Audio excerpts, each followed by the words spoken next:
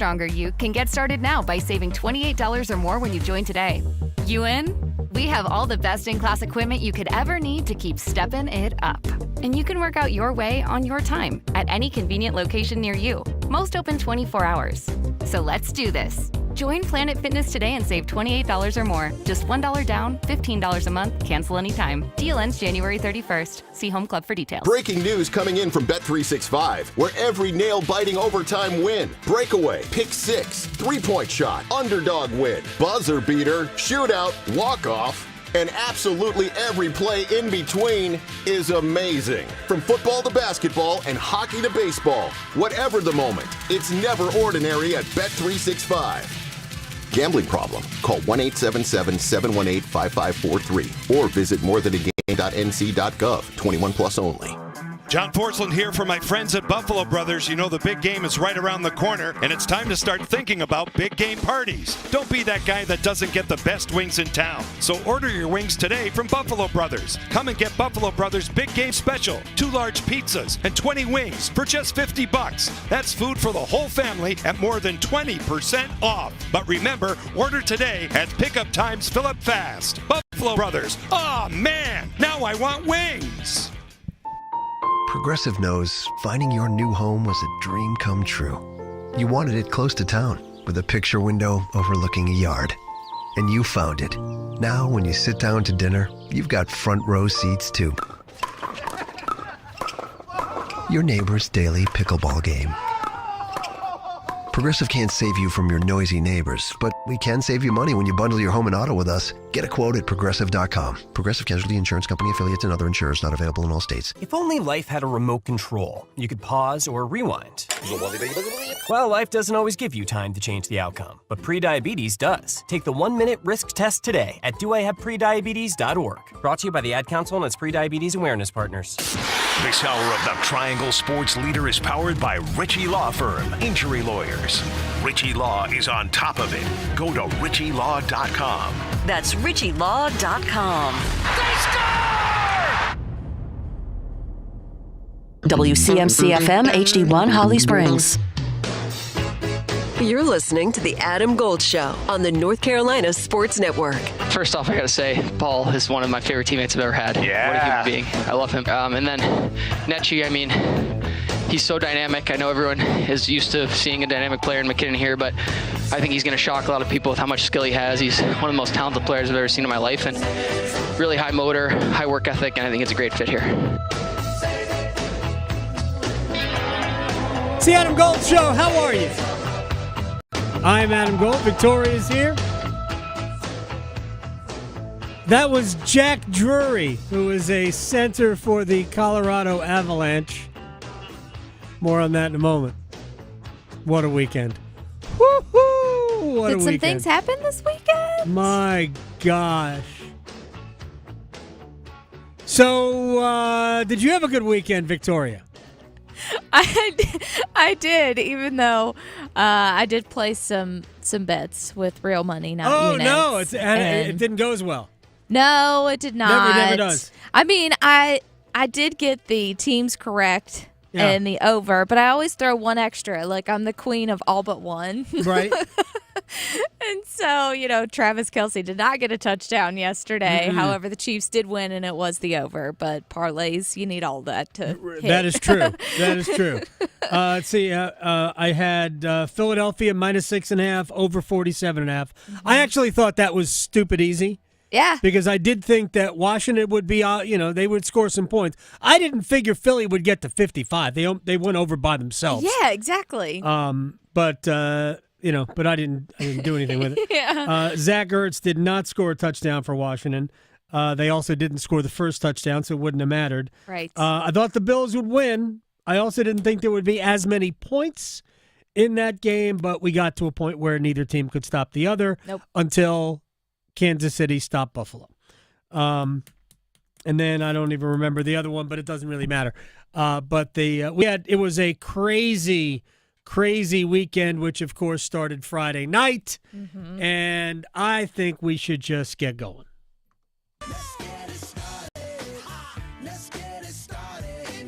So nothing happened this weekend. Chiefs beat the Bills in what has become essentially an annual postseason classic. Is this the fourth time in the last 5 years? I think so. It's the fourth The time. Chiefs have ended the Bills season. Mm-hmm. So this was the 9th meeting between Mahomes and Allen since the start of the 2020 season. 9th meeting. It's crazy. 5 years. So in only one of those years did they meet once. Mm-hmm. Yeah. Nutty. And see, here's the thing. The Bills can beat the Chiefs in the regular season, but apparently not in the postseason. Yeah, it's a trend. And we'll talk about that. Look, both players were great. One was better. And it isn't the guy who didn't turn it over, because Allen did not turn it over. But we'll kind of break that down a little bit in a minute. The Eagles ran away with the NFC title, in part because the Commandos couldn't hold on to the ball, because there were 3 fumbles, but mostly because the Eagles are built for this. They run the ball. And if you paid attention to the AFC game that followed, I think a lot of people are going, Philly runs the ball. Looked like the Bills could run it on the Chiefs for the most part. That could be a tough matchup for Kansas City, and I think it will be.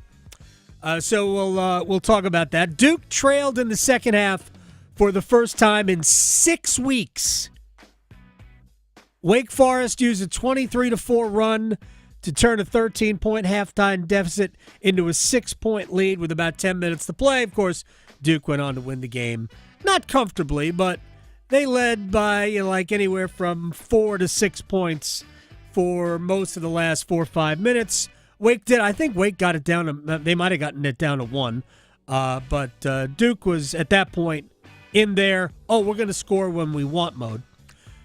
North Carolina took advantage of a team that didn't look like it practiced late game situations. They beat Boston College 102-96 in overtime.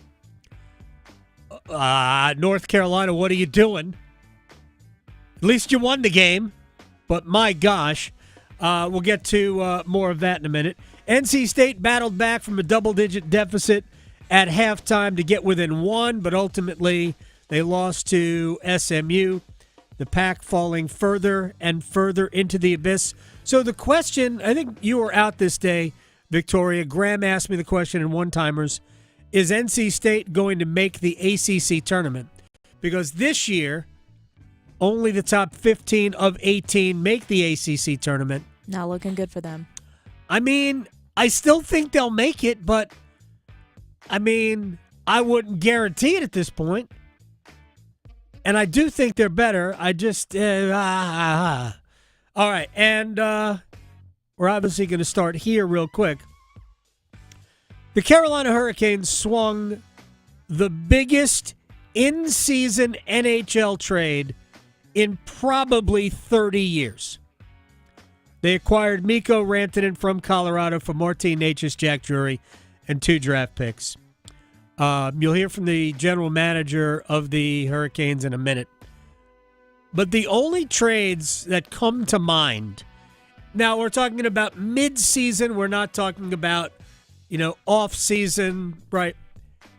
Because in following the 2006 season, where Carolina won the Stanley Cup, beating Edmonton, their big defenseman, Chris Pronger, who's a Hall of Famer, he was traded that offseason to Anaheim. So that's a massive trade, and good players went the other way. The only thing I can recall in the regular season that comes close to this, I think the Patrick Waugh from Montreal to Colorado happened during the middle of the season. I think Ray Bourque also happened during the season, but I think a bigger trade happened after the season for Colorado. But Patrick Waugh getting traded in the middle of the season from Montreal to Colorado, that's earth-shattering.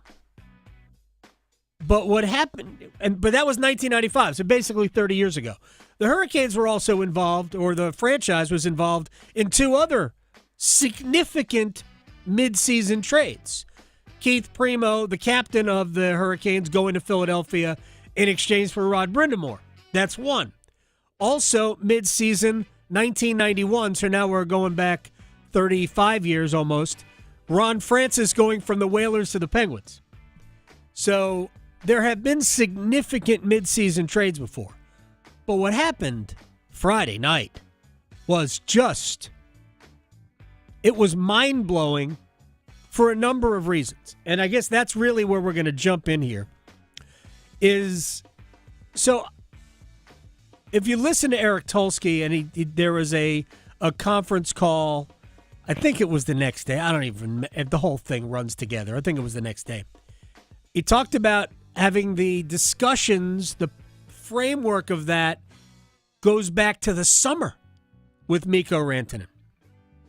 And only in the last 6 to 8 weeks did it actually really start becoming serious with Colorado.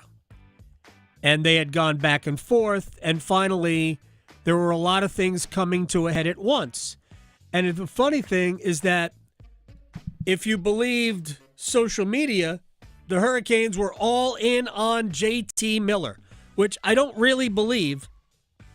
I believe if they were going to strike a deal with Vancouver, it was more likely for Elias Pettersson than it was for JT Miller because of the age. The age factor, I think, mattered there. And whether it should or not, I believe that mattered. Not the contract, but the age of the player, Miller. I don't think it was personality, although maybe. But I think it was more age, and the opportunity cost, the acquisition cost was going to be too much for a player of that age. You don't think this is significant? Mikko Rantanen just turned 28. JT Miller is about to turn 32. That matters. Hurricanes will try everything they can to sign Mikko Rantanen in the offseason. They will. I mean, we'll again, Eric Tulsky will join us at 2:15 today. But this is a massive trade. It's a trade that, on the surface, changes the balance of power in the East. At least that's how people are processing this. Let me just throw a little bit of cold water on that. Because, and we've seen one game, but one game isn't going to tell us anything. And by the way, it's not just Mikko Rantanen, it is Taylor Hall. And I would actually say that Taylor Hall made more of an impact in the game than Mikko Rantanen did. I liked Taylor Hall in this game. I didn't dislike Mikko Rantanen, but I thought Hall was a very impactful player.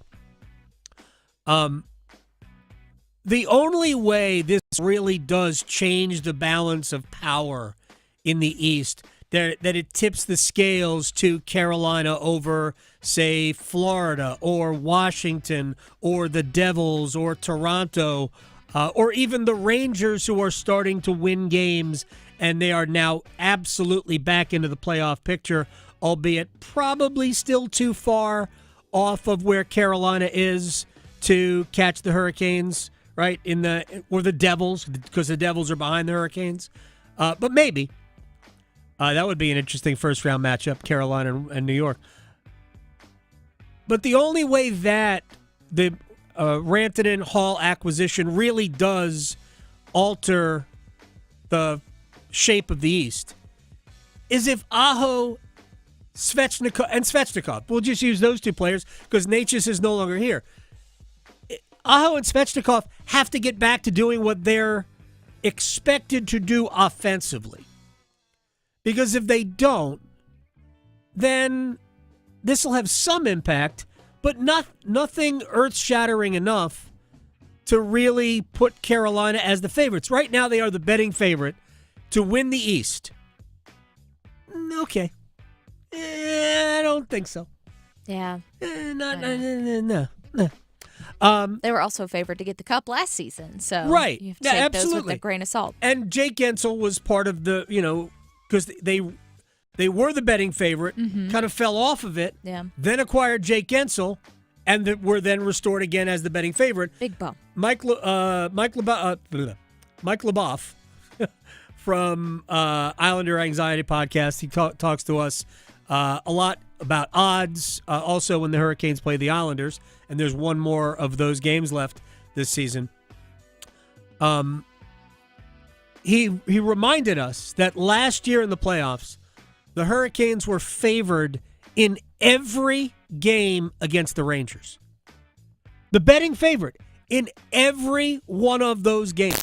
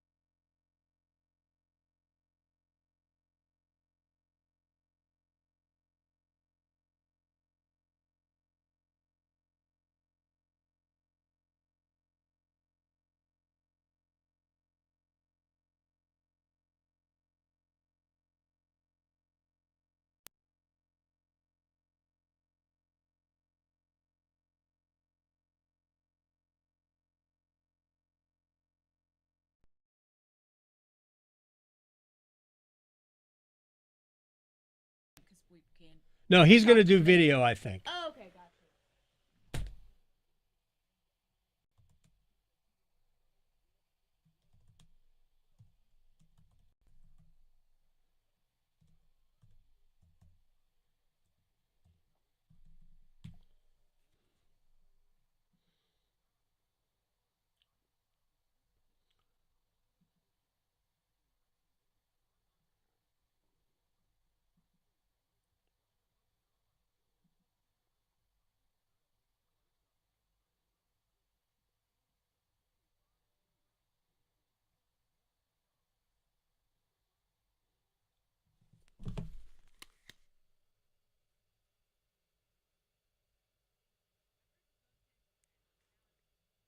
I don't hear anything.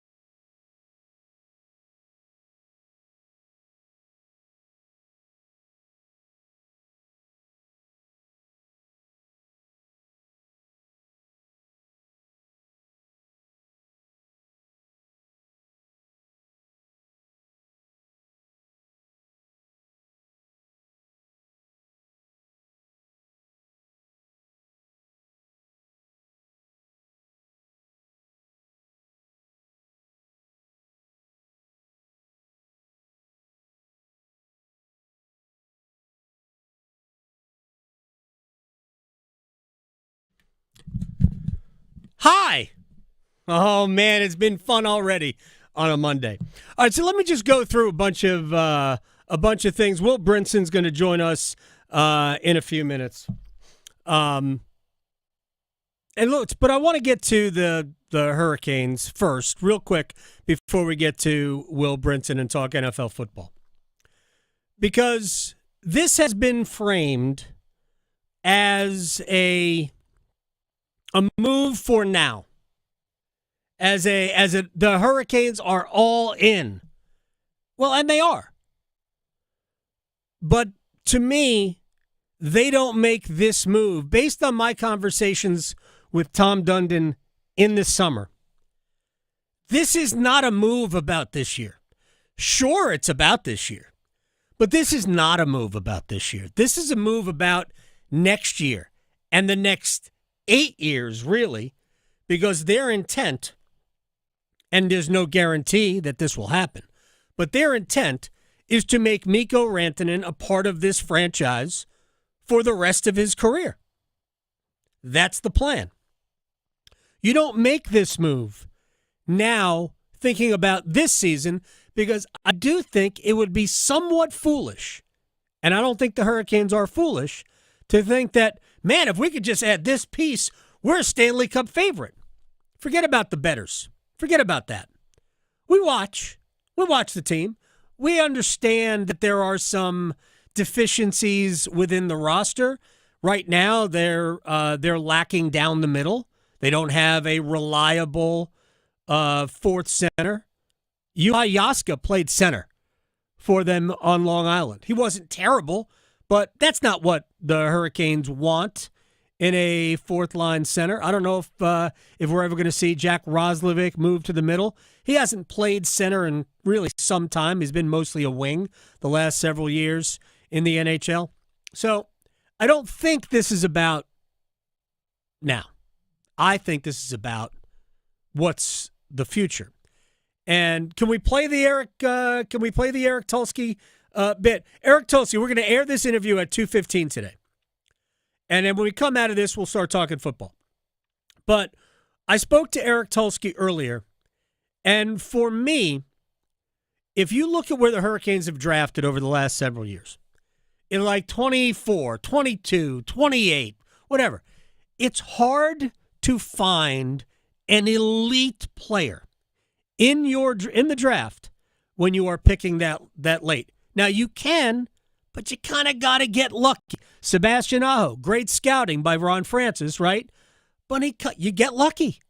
I mean, that's just the fact. You get lucky. Seth Jarvis, even in the middle of the first round, lucky. Because there's a lot of picks earlier that don't make it, and certainly a lot of picks that you draft in the late part of the first round that are just good players, but not like Mikko Rantanen. And I asked Eric Tulsky if this was part of the motivation. Yeah, I mean, I think it's hard to get players like this, even if you're drafting 10th or 8th or 3rd. True. Like, he's a great player, and they're just hard to find.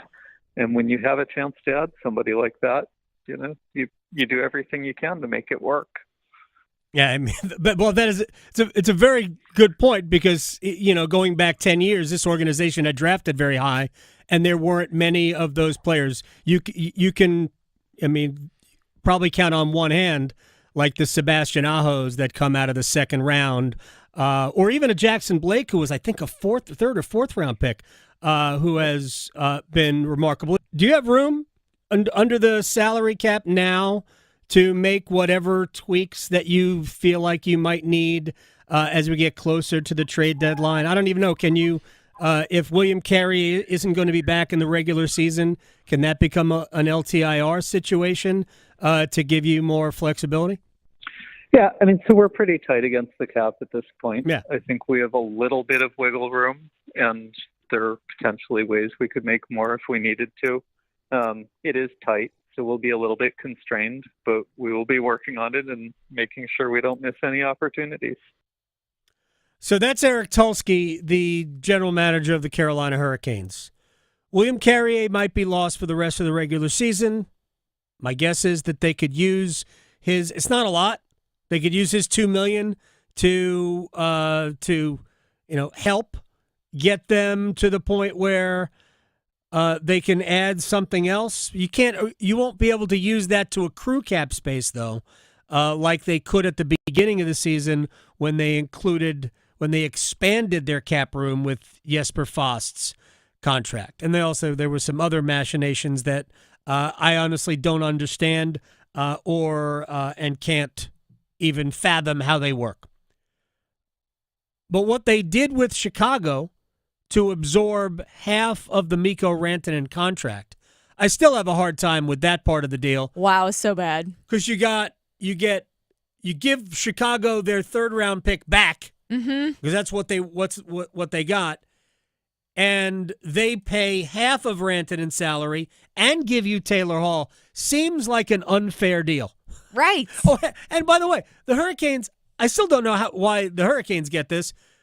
And there's like a Swedish forward prospect that is playing right now in the second tier of Swedish hockey that the Hurricanes have the rights to. I don't even understand that. To me, it should have gone to Colorado, but I don't know. I don't really get it. It's just a bonus. It's just not that big a deal.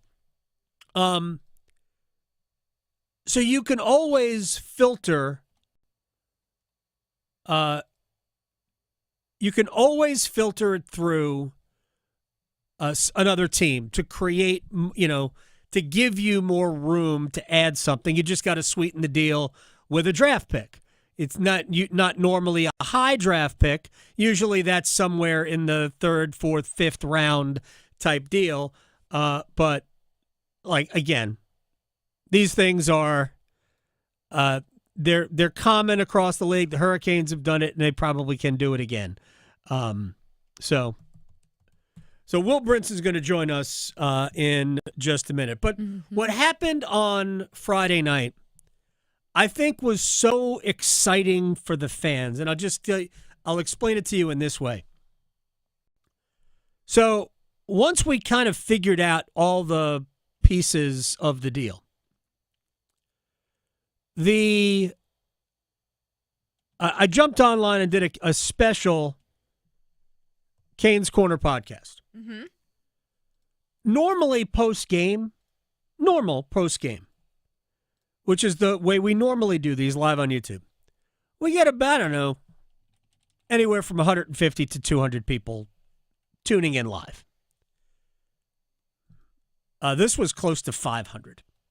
Wow. On a Friday night when nobody was normally, expecting something like this, I was blown away by the reaction to this. I knew the reaction would be high. I was blown away by that element of the reaction. I know how many people have already watched that video. And by now it's kind of dated, but it's still garnering views. Yeah, they made big waves. It did. And again, we do it after every Hurricanes game, and this was a special one. The first emergency Canes Corner podcast we have done in a long time. But when you add a player of Mikko Rantanen's stature, who's top 5 in the NHL over the last 5 years, I think, or 6 years in points. It's huge. I mean, he's essentially, it's more than 100 points a game, 100 points a season on average over the last 6 years. He's a game changer. He is, but for it to really change Carolina, Svechnikov and Aho need to be better. Yes, that's what they need. They need those two players to come back to being what they're supposed to be in order for this to really impact the Carolina Hurricanes. All right, now as I fold this into the conference championship weekend, so I saw this stat on Twitter, I think it was. So in Patrick Mahomes' career in the playoffs, in the fourth quarter / overtime, when they trail by 1 to 8 points. I don't know, have they trailed in overtime? Maybe they have. When they trail by anywhere from 1 to 8 points, these are Patrick Mahomes' numbers. 40 for 56, 552 yards, 5 touchdowns, 0 interceptions, 1 rushing touchdown, and a 132.2 passer rating. And the Chiefs scored on 13 of those 14 drives. Pretty impressive. And to me, while when you compare what Josh Allen and Patrick Mahomes did yesterday, and you may say, well, Allen was just as good as Mahomes, I would argue that he wasn't. And maybe the mistakes were early, but I would argue that Allen wasn't as good as Mahomes, or when you're playing in Kansas City against the Chiefs, who are the best team, maybe you have to be better. Will Brinson, senior NFL writer, CBSSports.com, who sorts the Sunday pile. Oh, look at that. We got a little a toque a Super Bowl. A toque? What are we, Canada? That's what I think that's the best term for it. You call that a toboggan? I call it a poofball hat or a toboggan. So toboggan is a sled, isn't it? I don't know, man. I'm from North Carolina. It's a good beanie. point. It's a beanie. Beanie works, yeah. A beanie. Toque, I wouldn't say I use toque, but yes. All right, I like toque. I think toque is better. Mahomes outplayed Allen, didn't he? Even by just a little. No? Yeah, that's probably right. I mean, I think, man, I don't know. It's close. I think very close. Allen didn't lose the game. Yeah, no. I mean, Allen didn't have. I mean, what is it? There are 2 teams ever with like 4 touchdowns, 0 turnovers to lose a playoff game since 2020, and it's like the Bills against the Chiefs in both of them. Yeah, I mean, look, and I tried to say this in the week leading up to the game and like in our pregame show on the early edge, but I mean, the bottom line is you have to make Patrick Mahomes be perfect by being perfect yourself. Right. And the Bills were really good, and the Bills beat a lot of teams in those spots. But when it comes down to a couple of plays, and this is just football. It's just playoff football. This is why, like, I'm not going to get into should they fire Sean McDermott? It's like, is Josh Allen? No, I mean, like, no, the Bills win 11, 12, 13 games every year. 11, 13, 11, 13 the last 4 or 5, I believe. And, they didn't have the weapons they needed. They didn't do some stuff on offense. They got completely hosed on a 4th down spot. Okay. And then you have these 2 play calls at the end. One where Steve Spagnuolo dials up a 0 blitz and sends everybody after Josh Allen. He has to get rid of the ball like a madman. It's insane that Dalton Kincaid had a chance to catch that. He probably should have caught it. If they slide the protection to the right, maybe Kincaid's wide open. He waltzes in for a touchdown, and the Chiefs are idiots for sending everybody. Then the 3rd down call where the Bills have, I think, 1 timeout left. The Chiefs are up 3. It'd be the final score because they took knees. And, a lot of teams would have simply run the ball, demanded that the other team uses their timeout, kick the field goal, go up 6, and beg the other team to go get a touchdown and beat you. The Chiefs don't. They throw to Samaje Perine, who, as best I can tell, I mean, I haven't looked at that. I mean, this was my recollection last night, but I'm pretty sure he played like 1 snap. That was it. I think that was the snap. Snap he plays, was the snap. And he's out there, and Mahomes throws it to him, and like. Again, I go back to the Chiefs are the new Patriots thing. Yep. And it's been coming together for a while now, but it makes even more sense when you think about a play call like that, where it is objectively insane to throw the ball to Samaje Perine, who hasn't played at all in this game on 3rd down to try to seal the game, and he gets it. But Andy Reid has that job security. Andy Reid can be that aggressive. He can be that creative. He can be that surprising. And I like the idea of being aggressive there. I like the idea of being aggressive with the blitz. Mm-hmm. If Josh Allen beats you downfield, you hand the ball to Patrick Mahomes and say, go win it. So like they're just they're a really difficult team to beat at home in the playoffs, especially when you already had to go through Baltimore, the 3rd best team in the conference. Mm-hmm. And the Bills just didn't get enough breaks and didn't make enough plays, and here we are again. All right, so let's run through that. I've been on this kick for I don't know how many years. Too many coaches spend too much time forcing the other team to use their timeouts when the number one goal should always be to pick up a 1st down. Absolutely. But too many coaches, I'll just make them use their timeouts. There's too many ways to stop the clock now. Like we were texting about this last night. You don't need timeouts. You go, 1st downs. That's what wins. I was stunned, especially considering throughout the game. This is my only criticism of Sean McDermott. I was stunned throughout the game how easy it was for Kansas City to complete little quick passes to the running backs or receivers like Xavier Worthy, who they use as a running back a lot, quick little diagonal passes in the flat, or how many times they bootlegged Patrick Mahomes. Well, that's just good. That's just good coaching. Yeah. And knowing that you can, like, you find a way to exploit a defense, and knowing that, and they did it 3 or 4 times. Yeah. I want to say 3, may have been 4. Did it for a touchdown. He ran for another touchdown. They did it on both touchdowns. Yeah, but I'm saying, like, they did it on a 4th down. Mm-hmm. They bootlegged Patrick Mahomes quickly out of there. And then, okay, juxtapose that with what the Bills did. And you heard Jim Nantz say it on the broadcast, that in the meetings with the Chiefs, and obviously he's not going to say this before, but you can say it once the game has started, the Chiefs saw on 4th down and 3rd down and short and wherever, Josh Allen always runs to his left. Yep. And that's just, like, he's a big, strong dude, but he can lean in, they can tuck the ball in, whatever it is. For whatever reason, he goes to his left. So on those tush-push style plays with Allen, which the Chiefs did that's probably the difference in the game, honestly. Yep. They did a tremendous job stopping those and bottling up Josh Allen as a runner in those instances.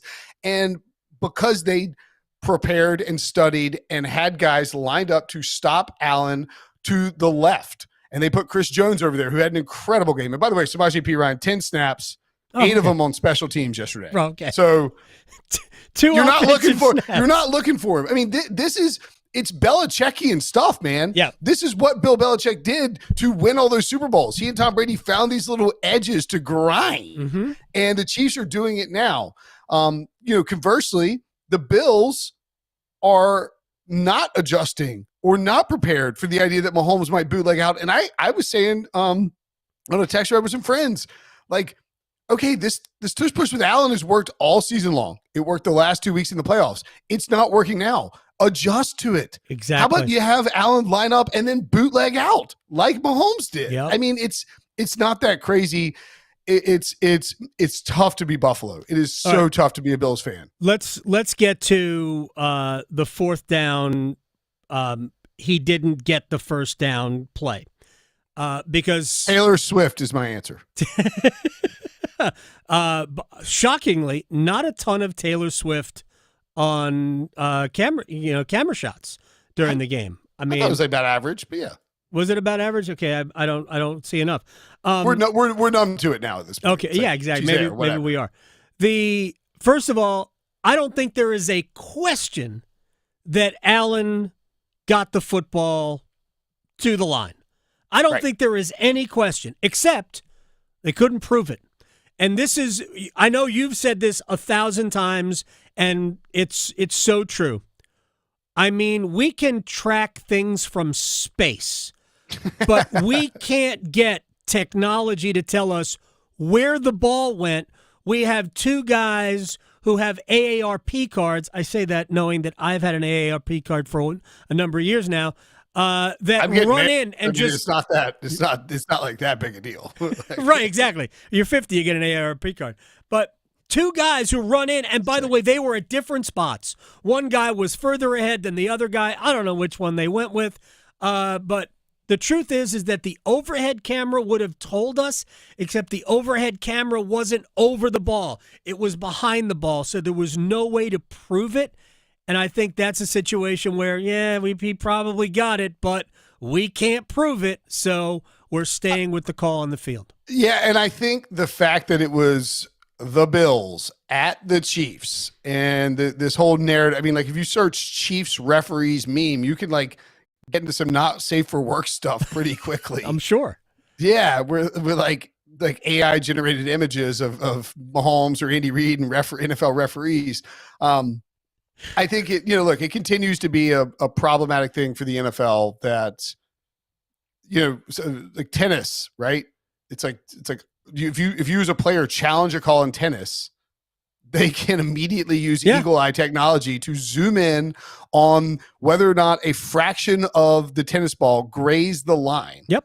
And the NFL is allowing 2 old guys to come sprinting in and sort of guesstimate where it should be. And if it's a bad spot, it's a bad spot. Now, like, that's part of football. I think the NFL kind of embraces it because it does create controversy. It makes people talk about it. But yeah, the Bills got kind of hosed there. Now, I think they did. What do you think about the Xavier Worthy catch? It's one of the plays of the entire game for me. Yeah. Because it looked like it was about to be an interception and Worthy took the ball away. The ball did touch the ground, but I don't think the ball moved. I actually think that was the right call. Yeah, I'm fine with the call.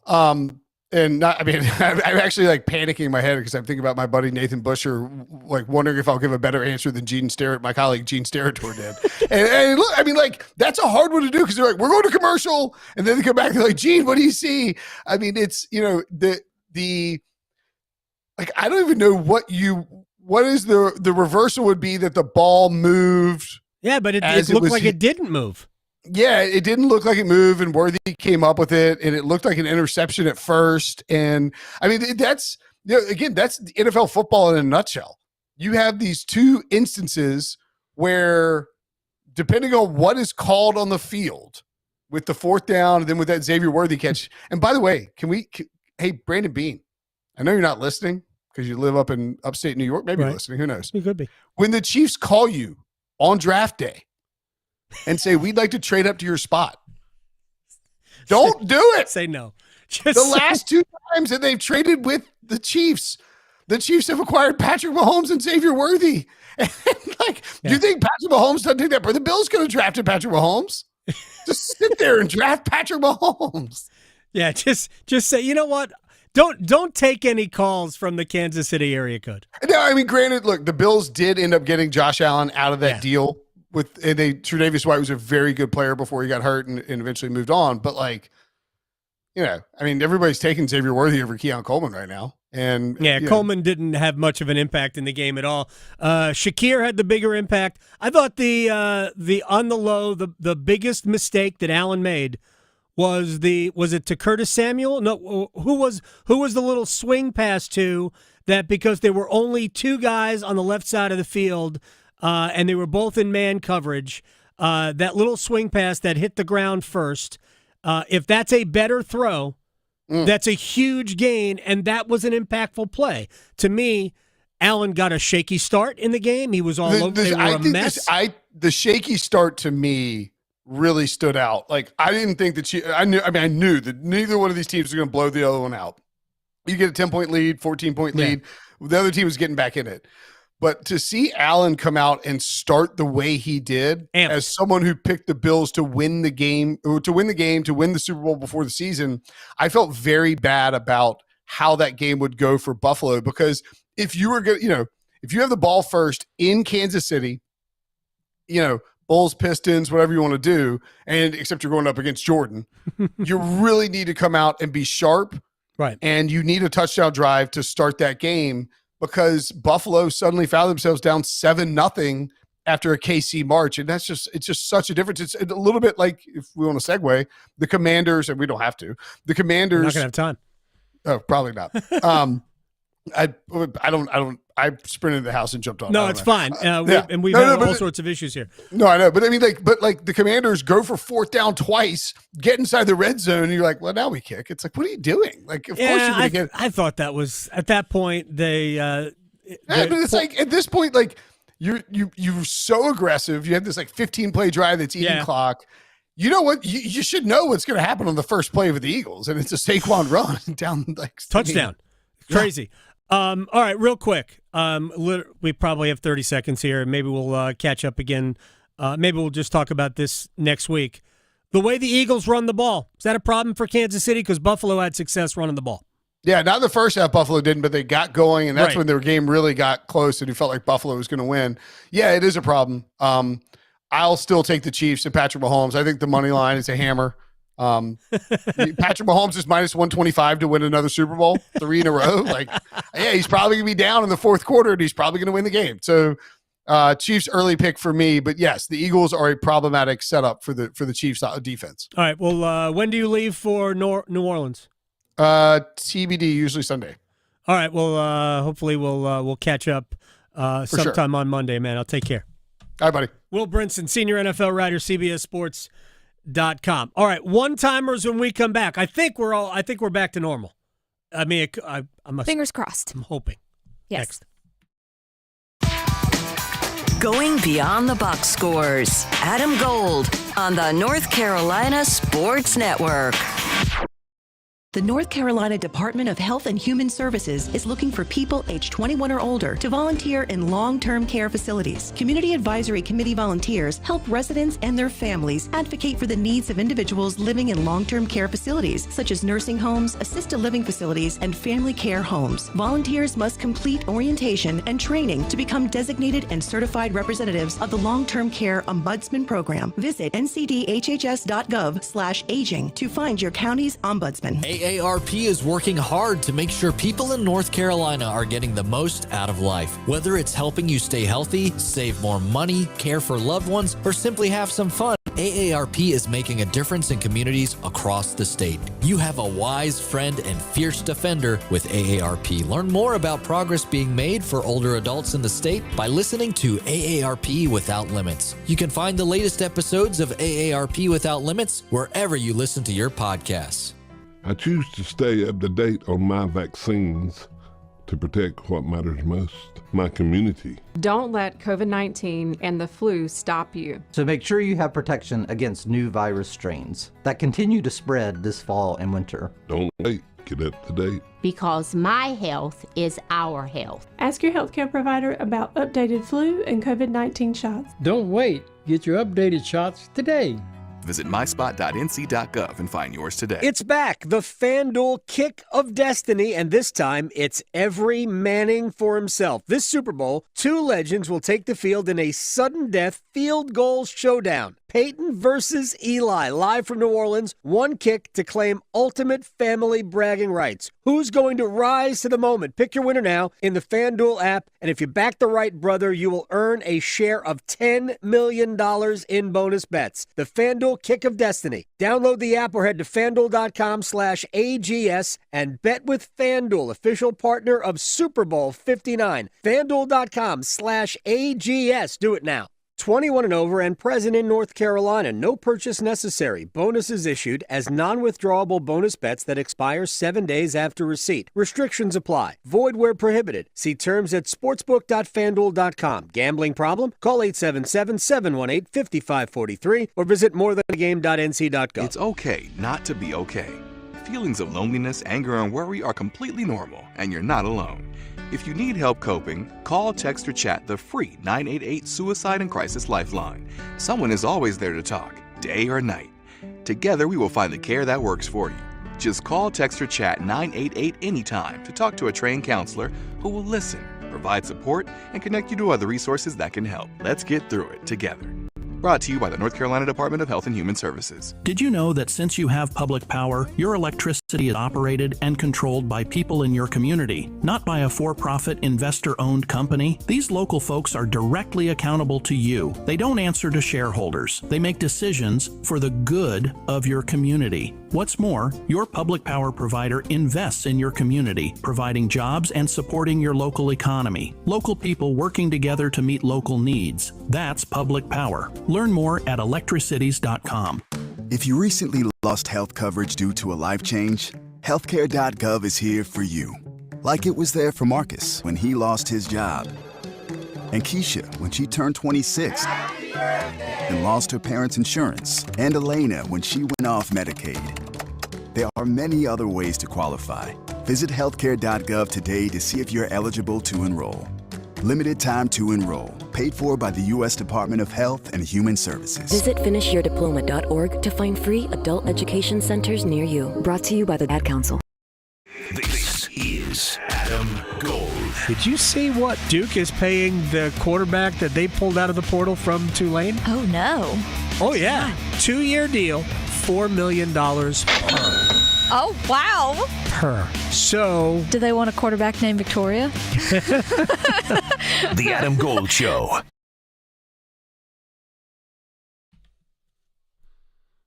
It's the Adam Gold Show. I'm Adam Gold. Victoria's on the ones and twos. Brian Geisinger next hour on Hoops. Duke trailed for the first time in the second half in 6 weeks on Saturday. First time in 6 weeks that they trailed in the second half. Wow. They reacted as you might think. They stormed back. They switched to zone for a hot minute, and then stormed back and ended up winning the game. I don't remember what the final score was. Handful of points. I don't think Wake never had the ball with a chance to tie or take the lead after about the 5-minute mark. All right, we have time for one-timers. Whew. Okay, I have to make sure my hearing's still intact. Been a time. Oh, man, what a Monday. So, first of all, it's been a crazy weekend, too. Hence, us getting some new guys for the Canes. We've got Mikko Rantanen and Taylor Hall. So, how long do you believe it will take for our new guys to mesh with the team? Well, it looked like Taylor Hall fit right in. I thought Hall had more of an impact at Rantanen. But I also think you saw where Rantanen will have a bigger impact. He naturally gravitates towards the middle of the ice offensively, and that's where Carolina needs some natural scoring. He's 6'4", 215. Taylor Hall is 6'1", 210. They got bigger. I mean, Natchez is big too, but Natchez is perimeter. Rantanen operates in the middle of the ice a lot. So this is, a massive, massive upgrade in terms of overall offensive potential. But I think you've already started to see Hall and Rantanen in the second two periods was excellent. Well, I know now people are chiming in on their thoughts regarding these trades. So one thing I've noticed people asking or concerned about is what makes this different, in your opinion, from the Jake Gensel trade? Just the way he goes about scoring. Plus, Jake, as great as Jake Gensel is, Jake Gensel is, let's just say, a better version of Martin Necas in terms of offensive production. Mikko Rantanen is 100 points, not 80 points. It's 100. That's different. The Hurricanes haven't had a 100-point scorer since Eric Stahl. That's what Mikko Rantanen is. Where are we timed out?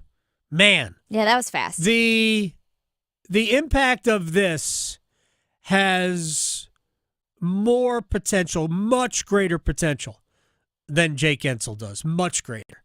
Not the very least of which is he's a more physical scorer. Serving it up hot and fresh every day. Adam Gold on the North Carolina Sports Network.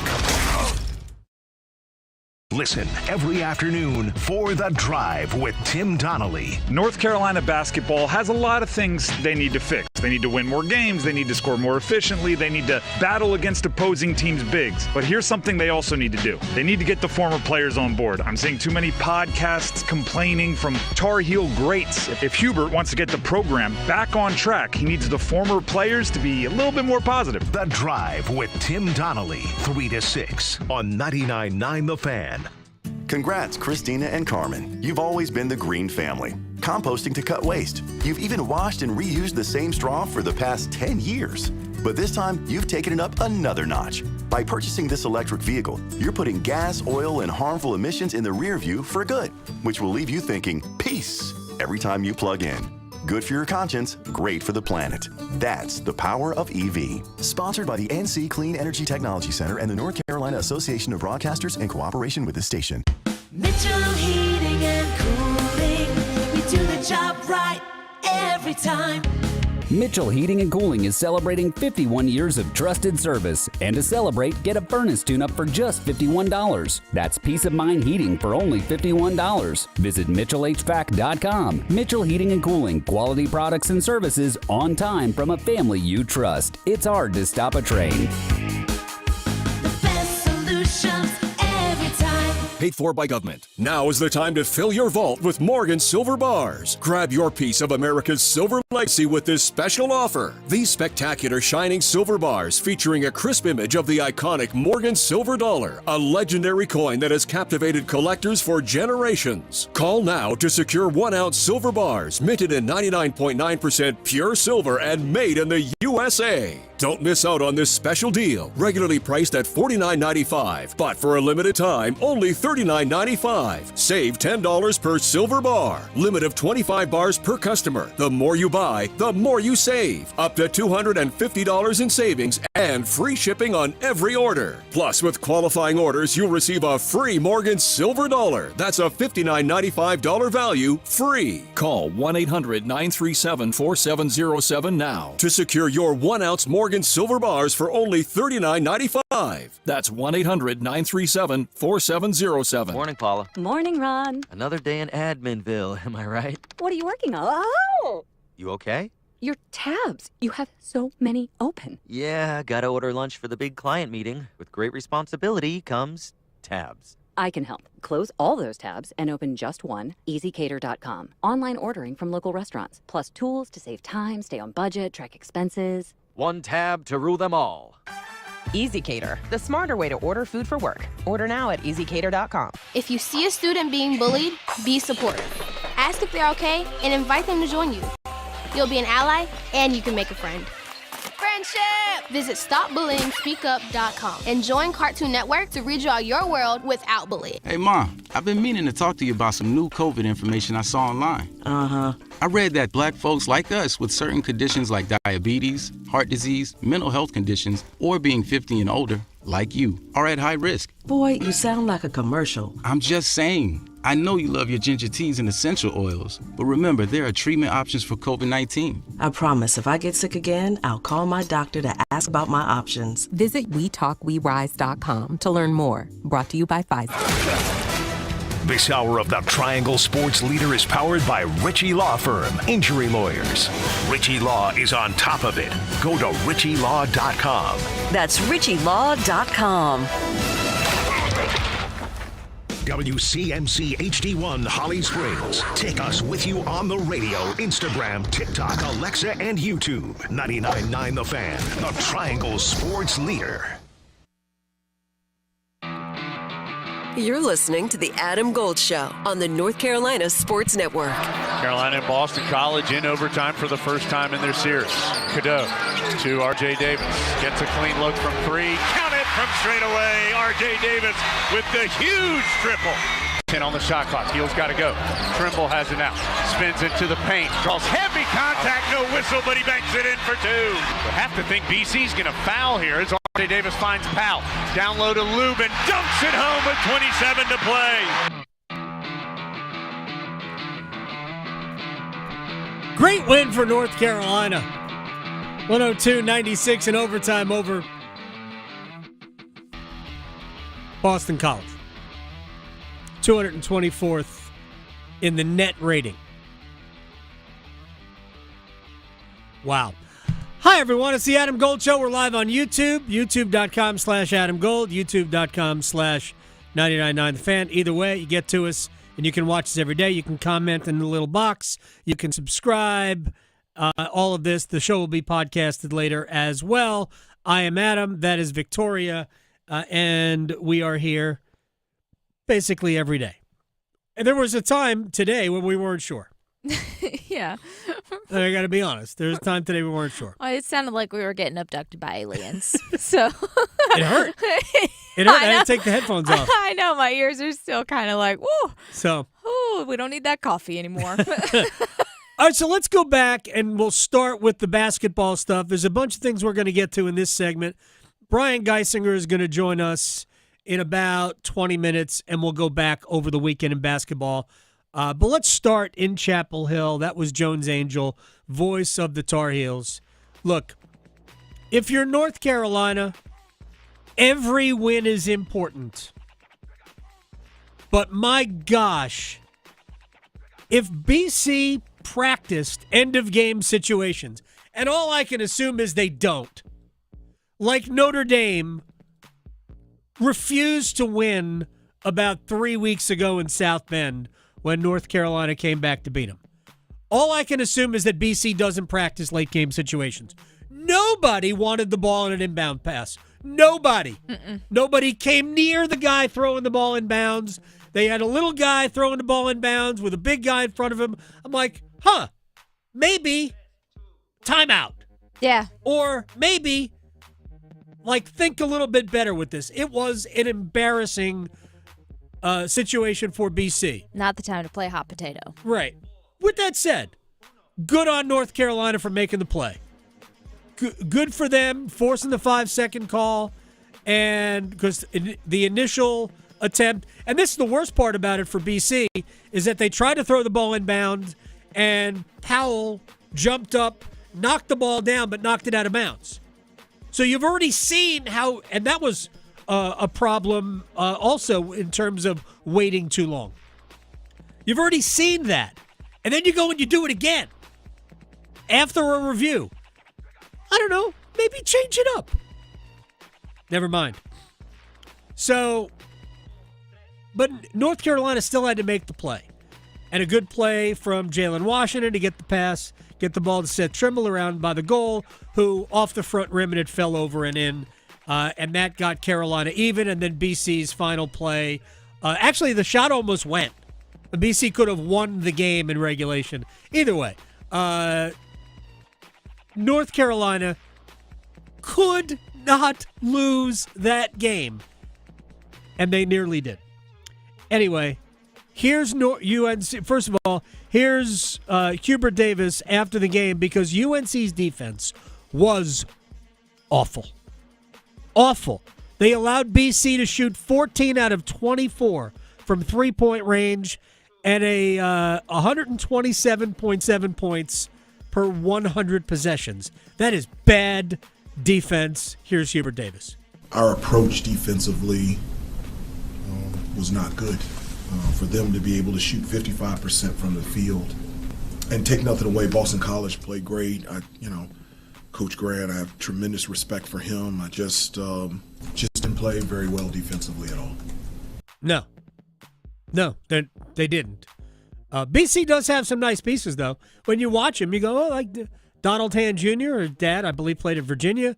The big kid inside is a problem, especially for North Carolina, who doesn't have great interior presence. So there's some good players that the Eagles have. But, yeah, that was just absolutely awful. Here's North Carolina's next 5 opponents. So we're getting to a point where, okay, UNC is now, 6-3 in the league. They play at Pitt, at Duke, home against Pitt, at Clemson, at Syracuse. Let's just take the next 4. How many of those 4, Pittsburgh twice, Duke on the road, and Clemson on the road, how many are they going to win? Because I am here to tell you they need minimum of 2 of them. Minimum of 2 of them. And if they don't get those 2, you're talking about a situation where they probably have to essentially win out. Because ultimately, their total number of losses will be a problem.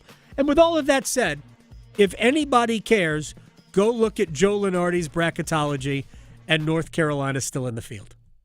It's almost as though they can't lose enough. And that's fine. I don't want them to miss the field. I am not looking at it in terms of, the entirety of the landscape of college basketball. I'm looking at it in terms of, is North Carolina good?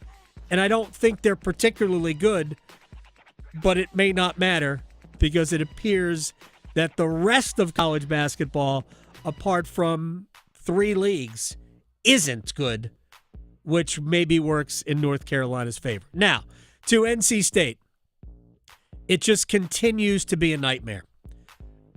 They cannot shoot.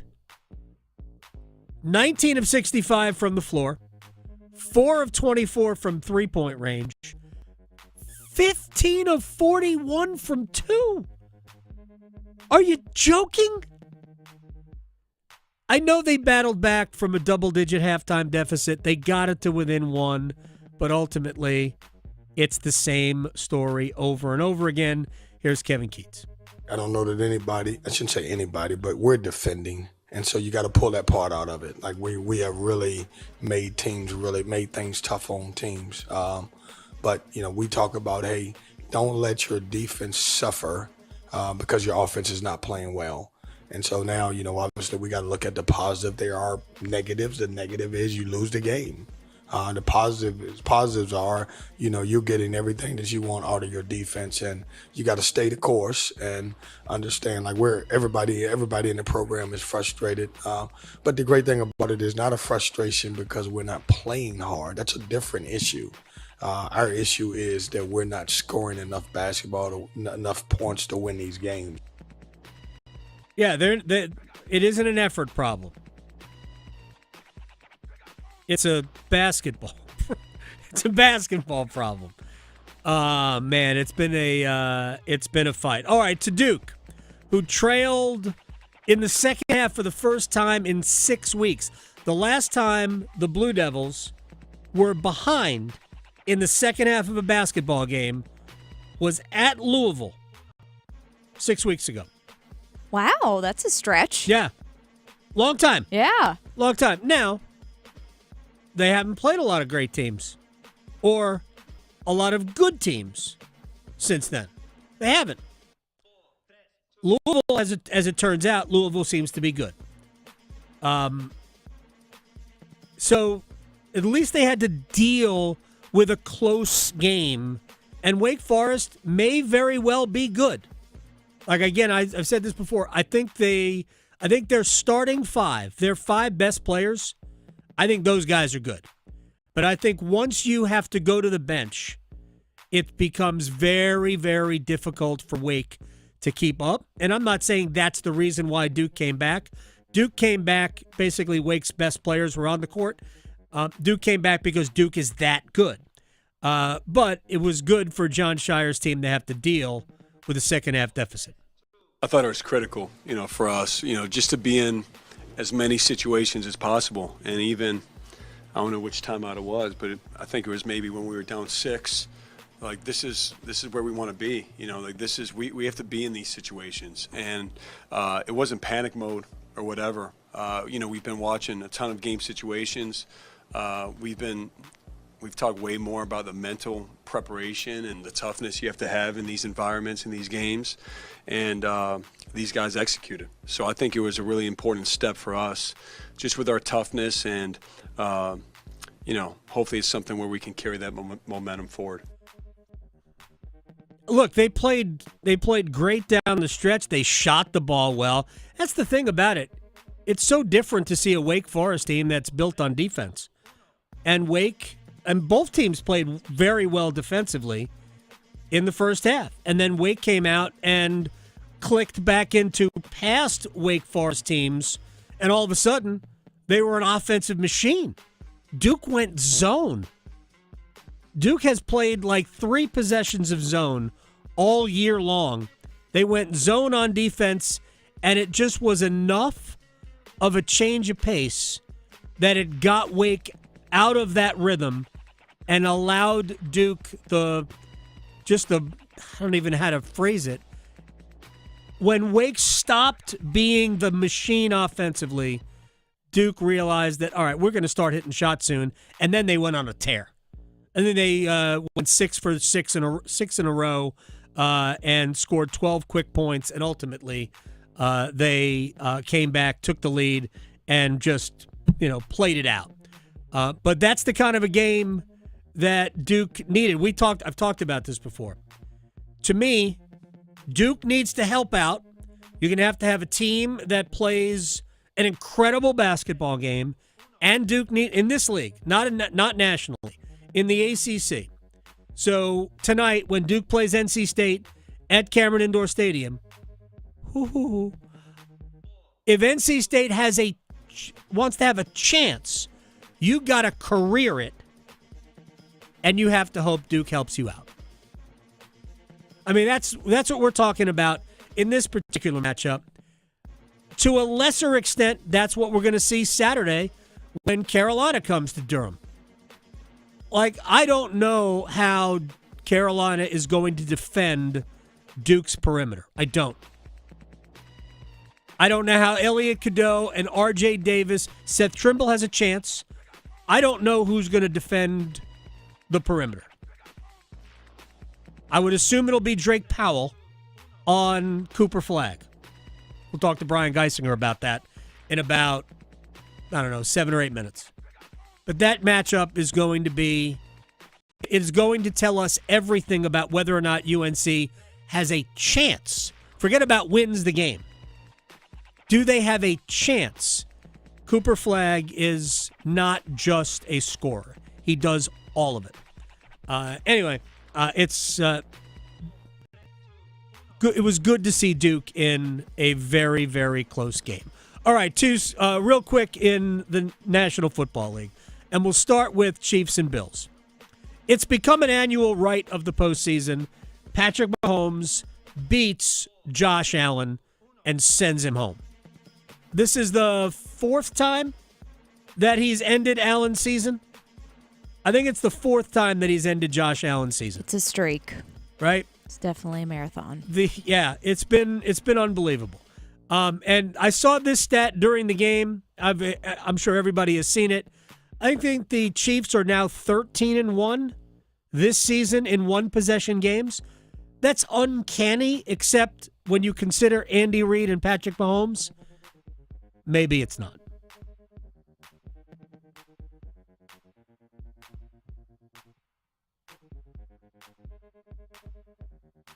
Andy Reid doesn't. We're motivated like crazy to win the game. I mean, that's what you're motivated to do. You get caught up in that other stuff, all the hype that goes with it, and then you forget about 3rd and 1 and detailing that, either side of the ball. So you've got to keep everything in perspective. And really, when it comes down to it, all the confetti, all that's great. I mean, it's great. Nothing like doing it with your home fans. But it's going to come down to a football game. And the team that prepares and makes the least amount of mistakes will come out, the victor. So you make sure that you keep your head right and bear down and, do the right things. Here's the thing. I thought that the Chiefs, who turned it over once, I thought they made that mistake. But while they weren't turnovers, the Bills made mistakes too. Allen was jumpy early. Allen missed, I think it might have been Curtis. Was it Samuel? I don't know who it was. A little pass out in the flat that could have gone for a big gain, but it was a poorly thrown ball. The Bills had opportunities to make plays. Yeah, you could argue that they got hosed on the 4th down. He didn't make it call when Allen tried to sneak for the 1st down. By the way, if everybody knows it's happening, it's not a sneak. Just want to say that. Also, we need to explain to Jim Nantz what unanswered points means. When Buffalo scores 10 points and then Kansas City scores 14 points, Buffalo's points were, in fact, answered. Unanswered means that there was no response to it, but never mind. Here's the deal. The Bills weren't quite good enough as a team, whether it was coaching or Allen. And Allen certainly was not the reason they didn't win, because the reason that the Chiefs won and the Bills didn't was way more about Patrick Mahomes, Kansas City's defense, their scheme, their coaching. That's where the advantage really lies. It's in Kansas City's coaching staff that is simply better than Buffalo's. Here's Patrick Mahomes on another AFC championship. It's just so hard to get to the Super Bowl, and I don't take it for granted. And to be able to do it again at Arrowhead was special. I mean, last year it was awesome. You get there and you win it. You're at a different stadium, and then being able to win it at Arrowhead, and then you get that trophy on that stage, and you look around, and there's not a seat empty. It is a special place, and I'm glad that I get to be a part of Chiefs Kingdom and here in Kansas City, because these moments that I'll have for the rest of my life. So that's another one, and he's now 4-0 against the Bills and Josh Allen in the postseason. All right, when we come back, Brian Geisinger, our college basketball guru. We talk about the 3 locals, and we have a game tonight, State and Duke. Brian Geisinger next. Raleigh to Boone, Charlotte to Chapel Hill. Your Carolina is covered. Adam Gold on the North Carolina Sports Network. The Pack Therapy podcast is in session thanks to First Horizon Bank. Tim Donnelly here, host of The Drive, alongside Wolfpack legend Casey Morcell. Every episode is your chance to score inside information on the Pack. We'll set you up for Wolfpack games all season long. And we break down the ACC competition, what to watch for as we roll towards the tournament madness. Plus special guests to keep Wolfpack hope alive. Follow and subscribe to Pack Therapy wherever you discover your favorite podcast or watch on YouTube. Hey, it's Adam Gold from my friend Gordon Miller, Miller Lending, Kildare Farm Road in Cary. And Gordon encourages me to tell you how many times I have gone to Miller Lending to improve my mortgage lot in life. 11 times. 11 times. Sometimes it has been a house purchase. It has been 3 times the purchase of a home. 8 other times it has been refinances. You know what I have never done? I have never paid a dime in closing costs. You know what I have done every single time I have refinanced? I have lowered my monthly payment. The last time I did that, I saved over $300 a month. I don't pay closing costs. I save thousands. I lowered my monthly payment. I saved hundreds. The amount of money that I have saved using Miller Lending is unbelievable. It's about $50,000. Miller Lending. On Kildare Farm Road in Cary, an equal housing lender, NMLS ID 250-2146. To understand what makes Diamonds Direct so different than other jewelry stores, you have to go back 60 years, when a diamond cutter became well known for his exceptional craftsmanship. His diamond cutting business flourished for decades. Then his sons got involved and started selling these exceptional diamonds to upscale jewelry stores here in America. After a few years, these wholesalers decided to change the game and started selling these precious diamonds direct to the public at the same prices they had sold to the jewelry stores. The no middleman concept became an instant success, and Diamonds Direct was born. Today, Diamonds Direct provides that extraordinary value to people all over America, offered at the guaranteed best prices, period. Diamonds Direct, a truly revolutionary concept with a unique history, rooted in quality, committed to excellence, and always focused on value. Official jeweler of the Carolina Hurricanes and proud sponsor of NC State Athletics, and proud to call the Triangle home. Diamonds Direct, your love, our passion.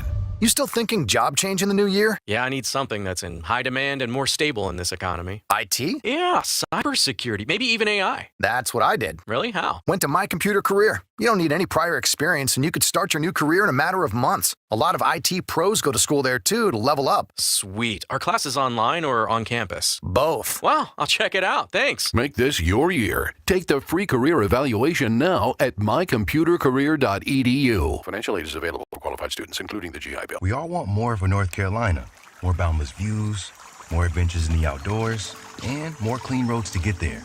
But to get more, we have to do less. Less littering, that is. Make it your nature to trash your trash and keep NC clean. And we'll all have more reasons to love North Carolina.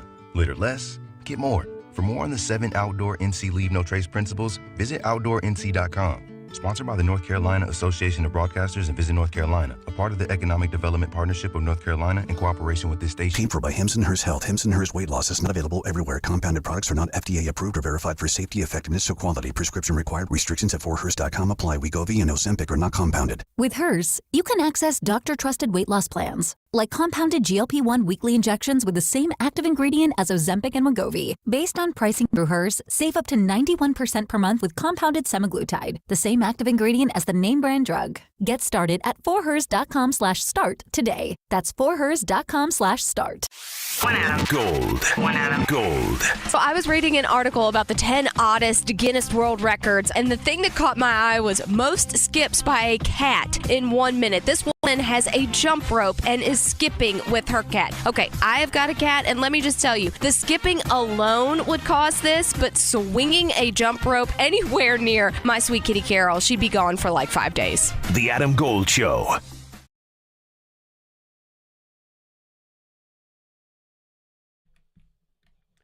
It's the Adam Gold Show. I am Adam Gold. Victoria on the ones and twos. We got an intra-triangle game tonight as Duke hosts NC State. We will get to that, but I want to go back to the weekend first as we bring in our basketball maven, the one and only Brian Geisinger, 24/7 Sports. Split the action, get the Substack. He breaks everything down. Did I see Duke play zone? You did. Duke brought out the zone a few times over the weekend. Yeesh. At Wake Forest, or as Cooper Flagg said after the game, is the first time in his life he played zone. So big changes for Duke. But yeah, it wasn't like they used it for the entire second half. They used it for about a 4-minute stretch. It was 6 possessions of zone defense. Wake scored 2 points in those minutes, and Duke went from being down 4 to being up 4. So you're going on a little 10-2 run with the zone being effective. Wake only 1 of 6 shooting against the zone, missed all of their threes. But in general, that was sort of part of like a larger defensive template that Duke brought to the table that was quite good against Wake Forest team that just has never quite gotten going offensively. Right. Quite some moments this season. Yeah, they look like they got going, obviously, in the first 10 minutes of the second half. Brian Geisinger is joining us here in the Adam Gold Show. So this is where, I mean, obviously, I started there, so I want to dig into this a little bit. Because Duke's, basically, their hat is hung on the defensive end. Like, they're a good offensive team, but it's predicated on, I mean, a lot of things, but they need to shoot the ball well, as most good offensive teams do. Sometimes it doesn't go in, and for a good chunk of the game, it wasn't going in.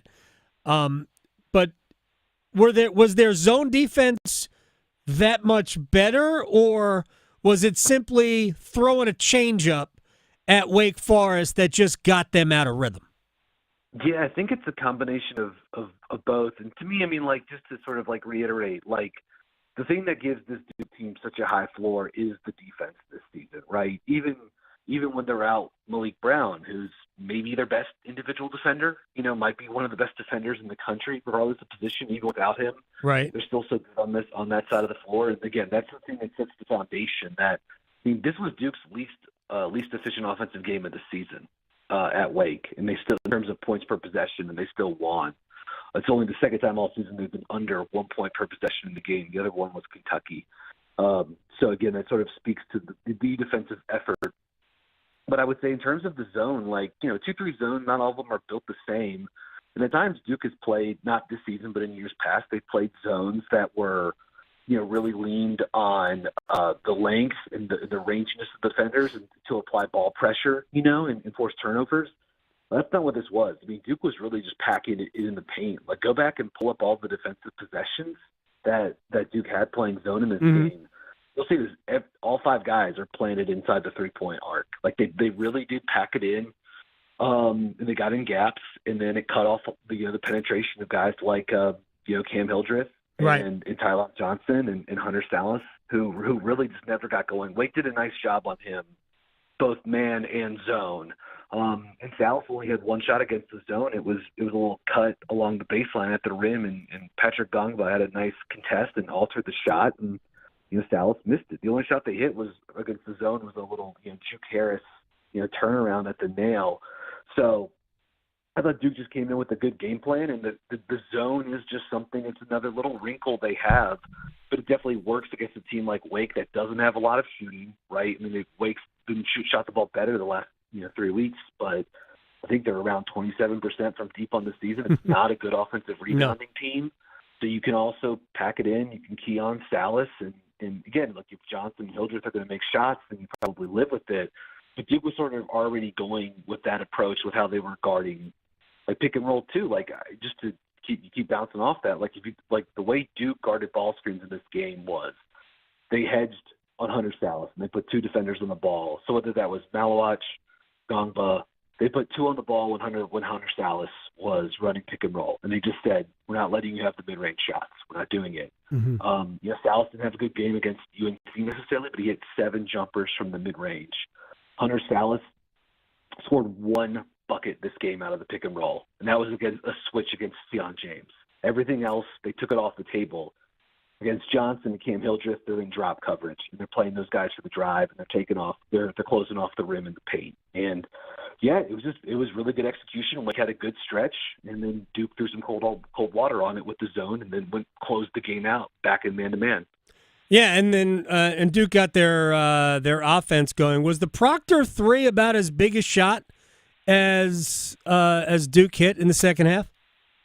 Definitely. I mean, it was huge. And, I mean, how many shots did anyone hit other than Cooper Flagg, for a long stretch there in the second half? And, I mean, not to take this off of Proctor because he deserves some shine for hitting a big shot. And what was a tough game. I mean, he was 0 for 6, I think, until that.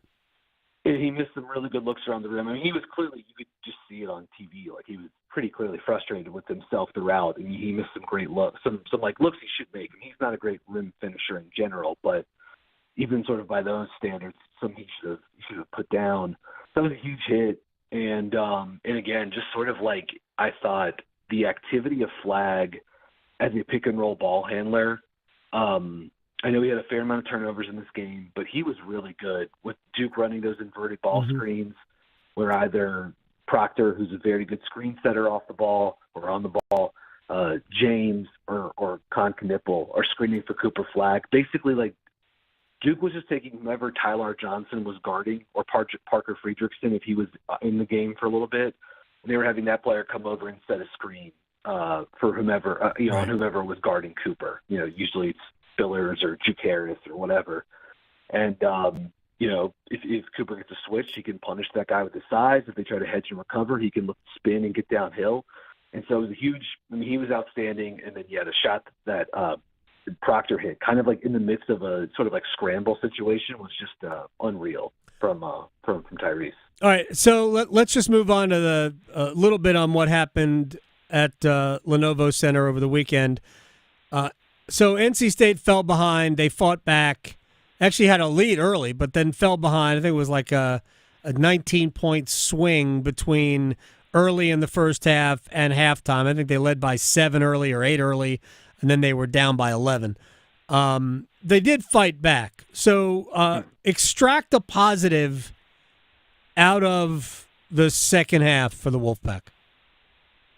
Yeah, it's tough. I mean, I guess you could say defensively they held SMU to 29 points, in the second half. Yeah, an SMU team that has a fair amount of talent. Miller, Cross, Edwards, the freshman big guy they have from Turkey, who's been really good this season, been one of the best freshmen in the ACC, and that like tier below Flagg, Knipple, Malawach, and probably Jackson from UNC. He's probably in that next group. So they definitely get some points for that, and they get some points for fighting and battling. I think that's been true in most games for State this season. Like, that's I think one of the things that's like, I don't know if it's frustrating or reassuring or whatever, but like they don't let go of the rope. Like, they do keep fighting. It's just they don't have enough offensive firepower to really like get them over the hump, and that's like a little tough.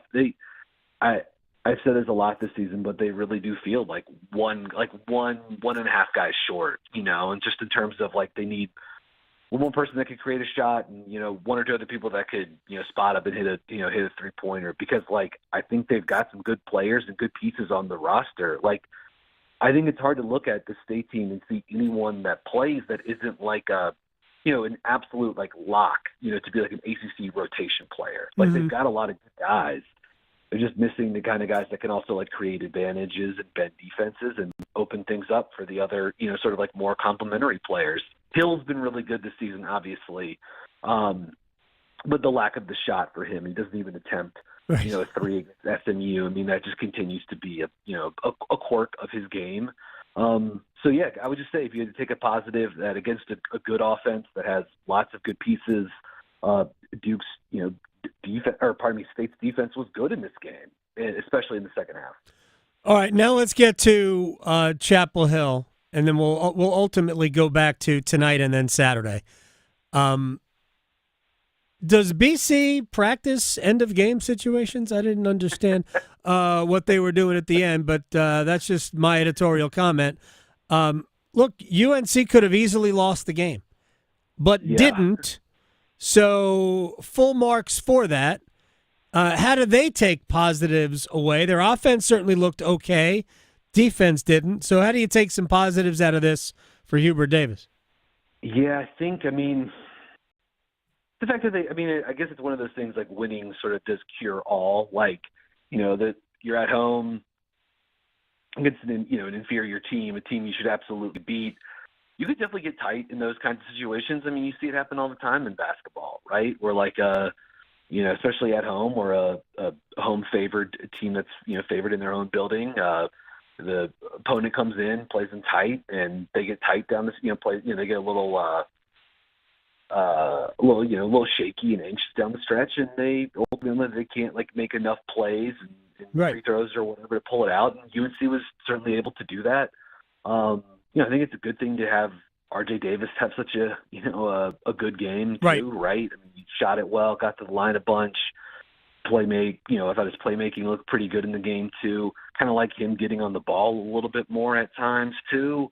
So I think that would maybe be the biggest sort of like positive to take out of it. I thought like all of the guards, showed some positives, at least on the offensive side of the ball. Defensively though, I know BC had a big shooting game, 14 threes, but that's I would stop short of saying it's like unacceptable or whatever, but to give up that kind of offensive outing for to that Boston team that's outside the top probably 150 in offensive efficiency is not like a great look for the Tar Heels.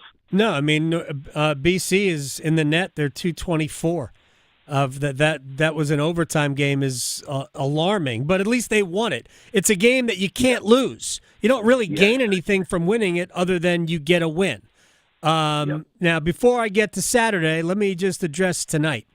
Brian Geisinger, 24/7 Sports, split the action, the Substack. You got to check that out.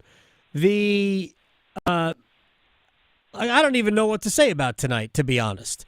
I hope that NC State plays a great game, the best game they could possibly play, and that this game is somewhat, manageable in the second half. What is the strategy? What is the path for NC State to be in this game in the second half? Yeah, I think you just got to get it into the mud as much as possible. And, it's easier said than done against a Duke team that seems to just float above it so often, but Wake got them into the mud, in Winston over the weekend. I would be, if I were State, I would be switching a lot this game. They sort of already do, but I might switch even more. I might go switch 1 through 5 and just sort of like challenge, try to keep the ball in front as much as possible. Try to make Duke go off the dribble. I think it's like imperative that State be locked in guarding off-ball actions. Wake did a good job taking away the movement stuff with Knipple, and Isaiah Evans didn't play much in that game, but also Proctor. And something State's gonna you got to be locked in too, whether you're switching the down screens or sort of trying to like hedge and recover, but they've got to be locked in on that. And offensively, it feels like the roadmap is like, I'm talking about like a microscopic turnover kind of performance from them, which like they're capable of. Absolutely, they don't turn it over a lot at all. Which is like a classic. That's part of the Keats offensive profile since he got to Raleigh. The spread pick and roll. They don't take a ton of threes, but they don't turn it over. But would be microscopic turnover rate, and then just a outlier probably shooting performance for them. On the floor, like can Hill. I'd be curious to see what coverage Duke will throw at him if they're in the drop. Can Marcus Hill, get to the mid range and sort of like hit enough shots to get Duke to come up to the level. If he does that, can he drive and turn the corner and get Duke into rotation and spray out to guys like Jaden Taylor and Dontre Styles? Can those guys hit some shots? So it kind of feels like that is the recipe, and certainly like getting a guy like Flagg in foul trouble. That's the obvious caveat with this Duke team. It's like any lineup that he's a part of is dominant, but they haven't really had to like play a tight game with him sitting on the bench in foul trouble or fouled out or whatever. So just I don't know. Can you get him off the floor? Can you keep the ball in front? Can you get the game into the mud? And can you somehow get Duke in rotation defensively and make them, punish him with enough, spraying out the shooters? It's going to be really hard, though, obviously. Yes. 21.5-point favorites are the Blue Devils tonight. I haven't looked even that far ahead to see if even a line is available for Saturday, also at Cameron. But I give North Carolina's backcourt because they're familiar with Cameron other than Jackson and Powell. They're familiar with Cameron. They can be good, and Duke's shooting can at times go away. I give them a chance to keep that one close, and if they can apply some game pressure, maybe that could be an upset potentially. But I keep getting back to the fact that, to me, everything is determined by Duke. Yeah, I mean, I think that, but you're hitting the right notes, though, which is like UNC's, again, this roster feels like a little incomplete just because of the front court room, but there's so much talent and shot making at the guard spots, especially with Davis and Jackson. But obviously, Trimble's very good. Cadeau's a good driver and good passer. Powell is a pretty special athlete, sort of at the wing spot for them. And like with that kind of shot making, you can take any opposing strategy and just blow it up by just making enough shots. And right. Davis has done it before in that building. I mean, he's had some huge games at Cameron. So it's definitely like on the table, but certainly Duke will have, they've got the wing defenders and guard defenders and the approach to get them to counter that. But I would also say just like UNC shot making plus Malik Brown, not having Malik Brown as like right. a guy that could switch out, late in the clock on RJ Davis. You could do it with Kaman and stuff like that. Maybe Duke would even consider going small in that game if they're not worried about Jalen Washington or something like that. Mm-hmm. But without Brown, you lose some of that sort of like defensive, real S-tier defensive flexibility in terms of like switching action. Who guards that? Yeah. Who guards Cooper Flagg? Is it Drake Powell? Yeah, probably. I mean, Powell, but it's like it's obviously a team effort just because of how much Duke is involving Cooper either as a ball handler in the pick and roll or as a screen setter. When he's screening for Spion and Khan especially, right? Because like he's so good on those short rolls. I mean, how many times? Probably one of the biggest buckets Duke had in the second half was where Cooper slipped a little screen with Khan, went out to the right wing.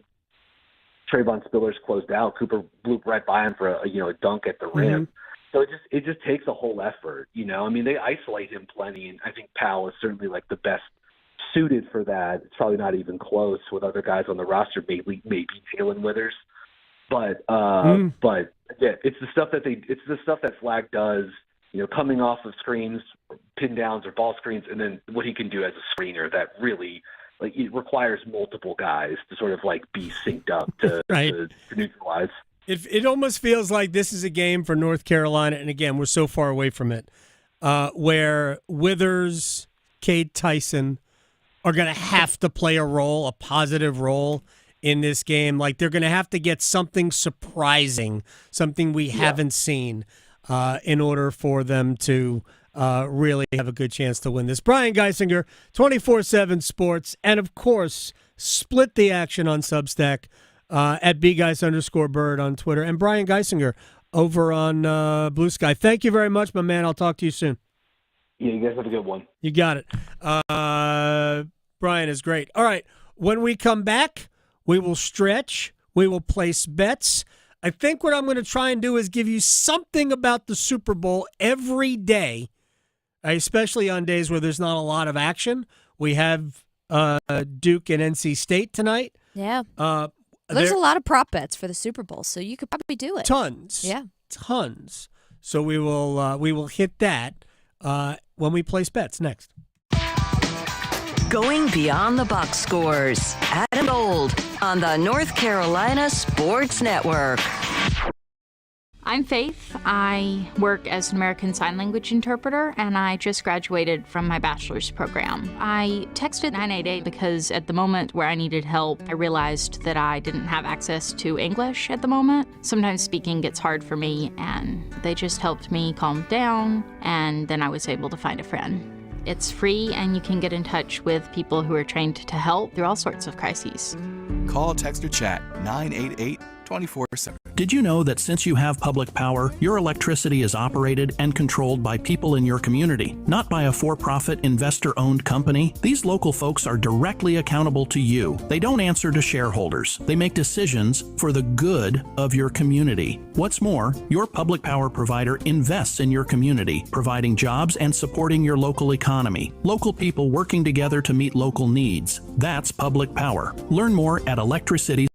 The North Carolina Department of Health and Human Services is looking for people age 21 or older to volunteer in long-term care facilities. Community Advisory Committee volunteers help residents and their families advocate for the needs of individuals living in long-term care facilities, such as nursing homes, assisted living facilities, and family care homes. Volunteers must complete orientation and training to become designated and certified representatives of the Long-Term Care Ombudsman Program. Visit ncdhhs.gov/aging to find your county's ombudsman. AARP is working hard to make sure people in North Carolina are getting the most out of life. Whether it's helping you stay healthy, save more money, care for loved ones, or simply have some fun, AARP is making a difference in communities across the state. You have a wise friend and fierce defender with AARP. Learn more about progress being made for older adults in the state by listening to AARP Without Limits. You can find the latest episodes of AARP Without Limits wherever you listen to your podcasts.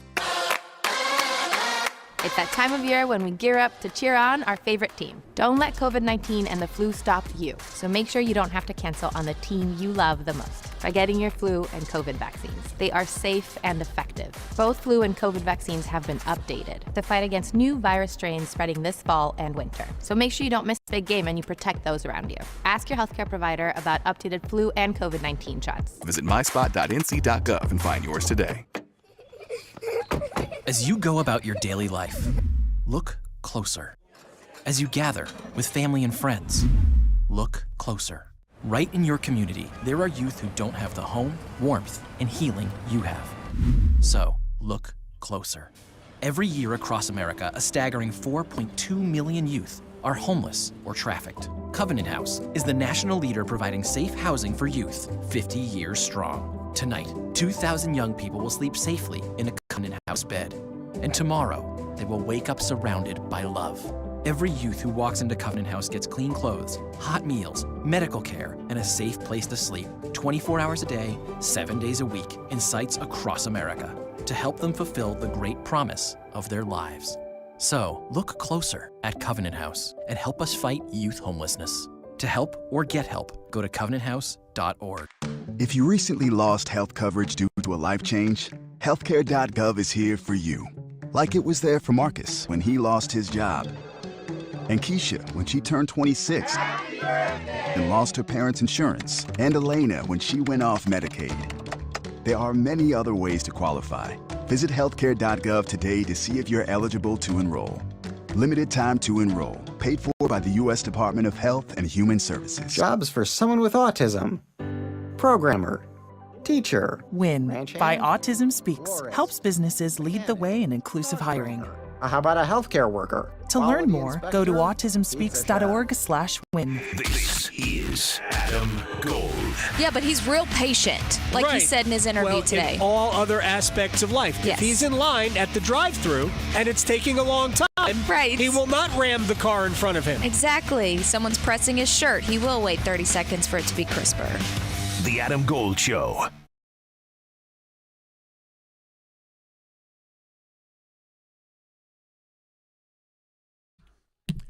It's the Adam Gold Show. I'm Adam Gold. Victoria on the ones and twos. Next hour, we will chat with Eric Tulsky, general manager of your Carolina Hurricanes, about the massive trades that brought Mikko Rantanen and Taylor Hall to the Hurricanes. We'll get into this also in the first segment. Next hour, Eric Tulsky will join us at 2:15. Right now, we're going to stretch, and then we will place bets, try to help you get ahead of the monthly obligations. Okay, so some of these articles I really have to read like a couple times to make sure they're legit. And this one is one. So the Bengals are not in the playoff picture. They've been out for a minute, but they didn't make the playoffs. I know. Right. Out of the season for a minute, I mean. They've been out for a while. However, their Skyline chili is still everywhere, and there is an Ohio-based ice cream company that wants to turn it into ice cream. What? Yeah, it's called a company called Graters, I should say, released their new flavor that is Cincinnati chili flavored ice cream. It's really gross how they describe it too. They call it Skyline Spice, like it's a pumpkin spice. It's so gross. That just is so gross. But yeah, for anyone who doesn't know what Skyline chili is, it's chili on top of spaghetti, which is famous in Ohio and should probably stay in Ohio. But some people really think it's delicious. So they also put oyster crackers in it, which to me, in the ice cream or the chili? Yeah, no, in the ice cream, because they're trying to be legit. So if you really want to try this for whatever reason, I don't. It's going to be available at these Graters locations starting today. However, you can also buy it on their website if you really feel so inclined about it. So yeah, that doesn't sound like anything I would want, so I won't. I don't even want, I would try the chili. I've never had it. Have you had the chili before? Well, here's the thing. To me, the on top of spaghetti is like, all right, whatever. Yeah, it's just whatever. I like spaghetti. I like chili. Right. I don't think the two things would be awful right. together. So, yeah, I would try that. I have no. Sure. But the chili itself is what I'm more interested in. Mm-hmm. So, and I've never had Skyline chili, so I'm not going to criticize it. But I make chili, right? I make pretty good chili. Uh-huh. Yeah. I would never eat that in ice cream form, ever. No. Ever. And again, I think I make pretty good chili. Right. But ice cream? Why would you do that to yourself? Let's keep the two separated, please and thank you. That's disgusting. Well, something else that a guy should keep separated from his diet for a little while. Of course, he's in Florida. He's also in his 40s, but he's turning orange. And he's not an Oompa Loompa. In his 40s? What? Yeah. He's not in his 70s or 80s. This isn't a Willy Wonka experiment gone bad. No. He's turning orange. He's turning orange. And so there's an actual name for this, and I'm going to butcher it completely, I'm sure. It's called xanthuasma. And the problem is it's when your cholesterol gets so high that fat starts building up under your skin, which causes yellow and orange deposits, usually around your eyes. And it can happen anywhere in your body. Now, you may be asking, how did this guy start turning into an Oompa Loompa? Well, he decided to go on a carnivore diet for 8 months where all he ate was hamburger meat, cheese, and full sticks of butter. Full sticks of butter? Yes. I don't know if he's just eating this like right out of the refrigerator. I don't know what's going on with this, but he said... This person related to Paula Deen? Exactly. She cooks with a lot of butter. It might be, yes. It might be, but he actually said he was trying to lose some weight and that he felt really good for a while afterward. Okay, but then he checked his cholesterol and it was over 1,000. Yeah, 1,000. It should not be above 200 because that's bad. So it was 1,000. Nothing for that. So yeah, there's no. I need to check and see if there's any updates of this guy, but yeah, he needs to eat some veggies in his life. And mix some grains in, man. All right, something, maybe some Skyline chili. I don't know. Get some, some oats in your diet. Well, this guy should listen to this because new research has found that, the old wives' tale that it takes 21 days to make a new hobby? Yeah. Or a habit? A new habit, right, to form a habit. Of something? Well, it might actually be longer than that. Sure. Because now they're saying it could take 5 months to maybe a year. At least. So this guy should really start now because it's going to be a minute. But they do say that there's some takeaways that you should have if you are trying to make good habits. Maybe your resolution didn't work out very well for you. So the first step is forming a new habit with repetition. So make sure you do it repetitively and get it going because, that'll be the best thing. Also, cementing. Otherwise, you'll turn orange. I know, right? You can cement your new habits by taking extended periods of time for reinforcement, which, it's kind of like those vision boards. I'm sure that's what they, look at with that stuff. And also, you need to get people on your side. Tell people about it, and they'll hold you accountable. Oh, okay, I see. Maybe tell people to slap the stick of butter out of your hand. It's like the people who line the course for a road race, who you're running, right? Who cheer for you. Yes. Yes, I need that incentive. So, I don't know. Just don't get frustrated if you're trying to start some kind of new habit. That's a good one, of course, that takes longer than a month because it takes a minute. Yeah. Mix in a salad. I know. It also takes a minute sometimes to make a good bet. Place your bets. Here we are. I bet you slice into the woods $100. Gambling is illegal at Bushwood, sir, and I never slide. Okay, you can own. I owe you. All right, we've got Monday night basketball. Yeah. I think I won 2 of my 3 wagers over the weekend. Oh, did you? Well, I think so. I need to stay away from these parlays. See, I need people to hold me accountable for that. There you go. Because Don't do it. I'm so much better at just outright things, but they're not as spicy as the parlays. But I'm not making a parlay with this one. It's a sort of parlay. I'm all on the ice today. First up, New Jersey Devils are going to be in Philly taking on the Flyers. Give me the Devils to win, and they are favored. So give me the Phillies to win or the Devils to win, and it be over 5.5. That's plus 200. All right. I know Jack Hughes is dealing with a problem in his hand. He got stitches not too long ago. He hasn't been practicing, but I think he's going to continue playing. All right, we are going to start on the basketball court in Durham. Duke is a 21.5-point favorite over NC State. Wow. 21.5. Total is 134.5. Give me Duke in the over. Nice. Duke in the over plus 213. All right. Well, this one I'm surprised I'm not going with the over, but the Edmonton Oilers are taking on the Kraken. I obviously think the Oilers are going to win this one, but it's set at 6.5, so I'm going to roll the dice and take the under with that one. That's 150, plus 150. All right, we're going to go to give you your first Super Bowl prop of the week. If I were Kansas City, I would be sure that Saquon Barkley isn't going to beat me. Right. Right? So, with that said, A.J. Brown, 90 or more receiving yards in the Super Bowl is plus 192. Ooh. Give me A.J. Brown to go over 90 receiving yards. Who apparently is a very selfless player as well. We've heard that a lot this past weekend. Last but not least, the Canucks going to be in St. Louis taking on the Blues.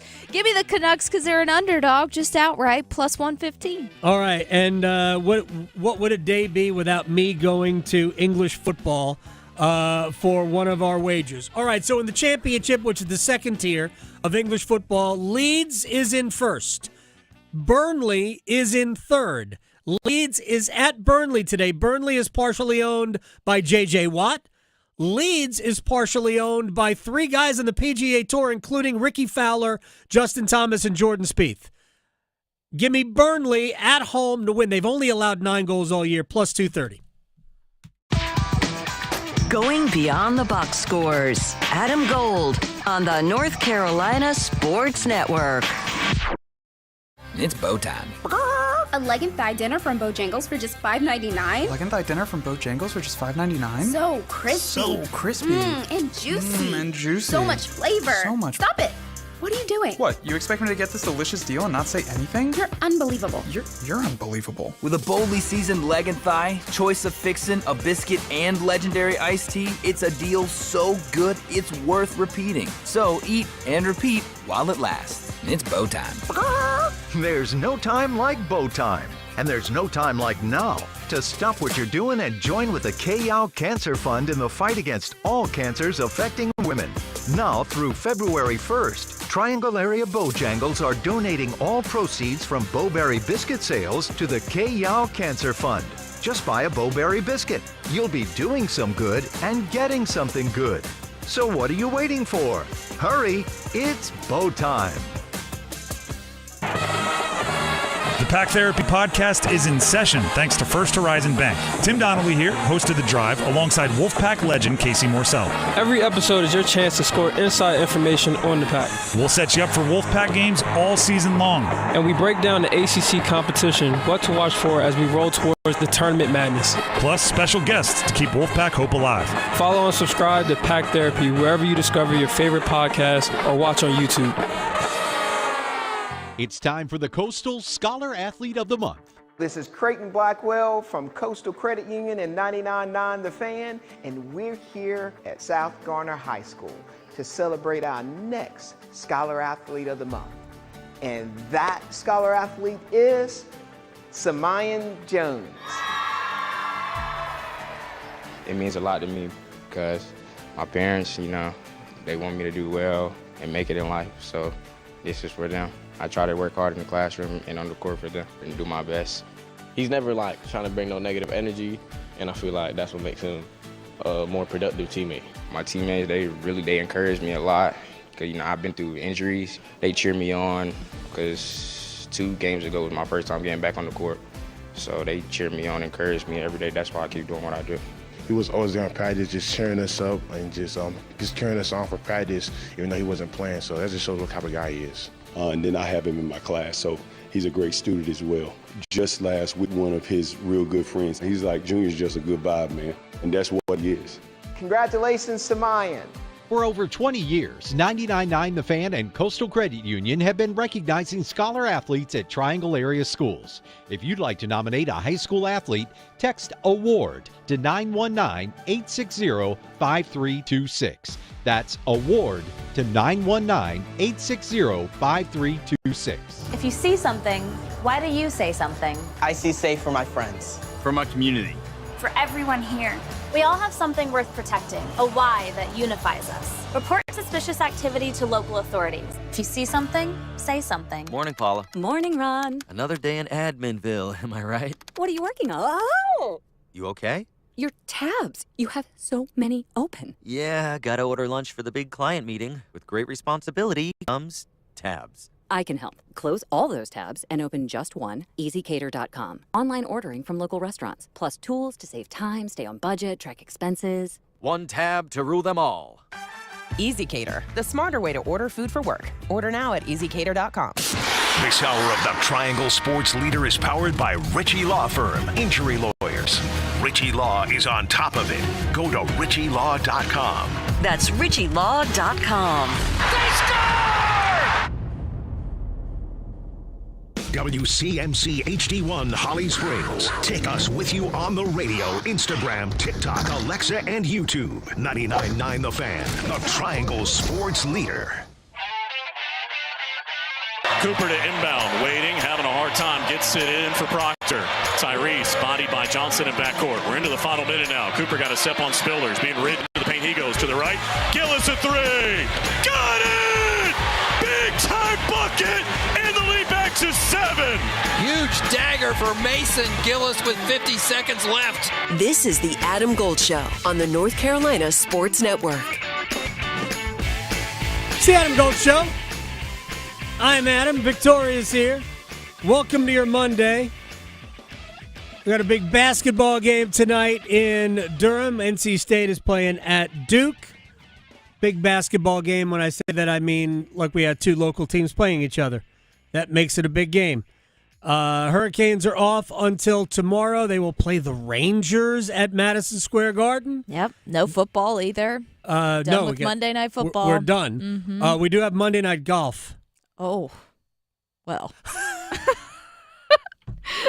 But look, I am on board with you.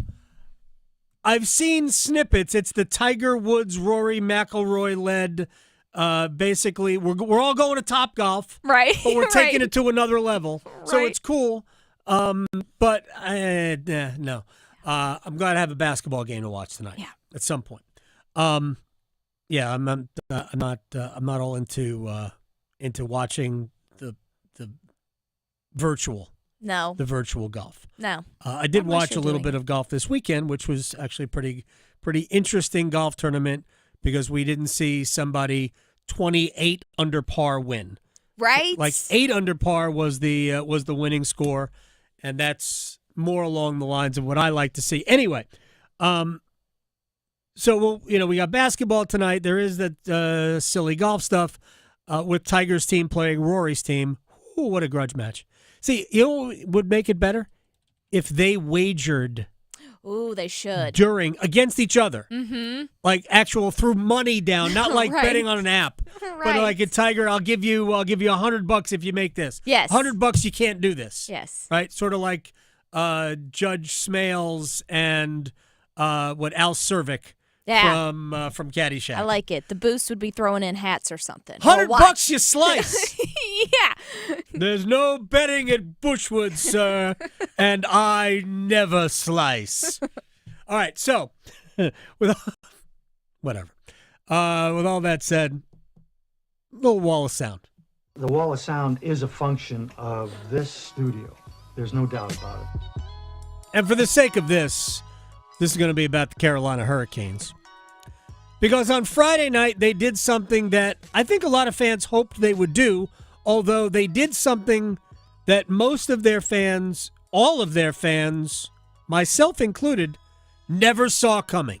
It wasn't the oft-rumored JT Miller trade with Vancouver. I always thought that if they were going to make any trade with Vancouver, it wouldn't be for Miller, it would be for Pettersson. Elias Pettersson, they're really their star player, even though Miller's probably their best player, and a guy like Miller is what Carolina needed.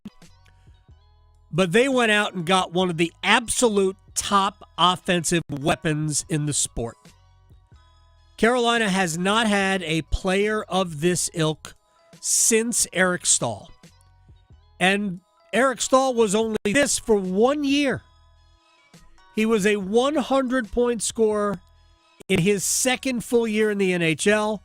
It was, he had been in the league 1 year, then we shut the league down, and he played in the minor leagues.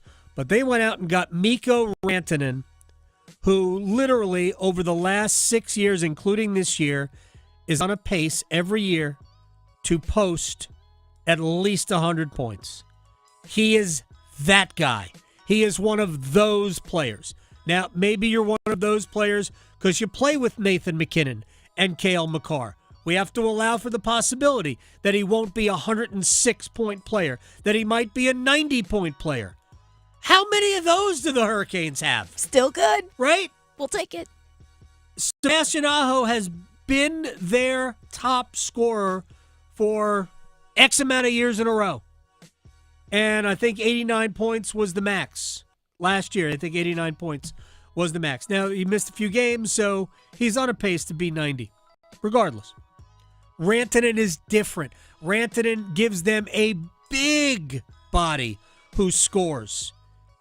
Maybe this will also take some pressure off of Andrei Svechnikov.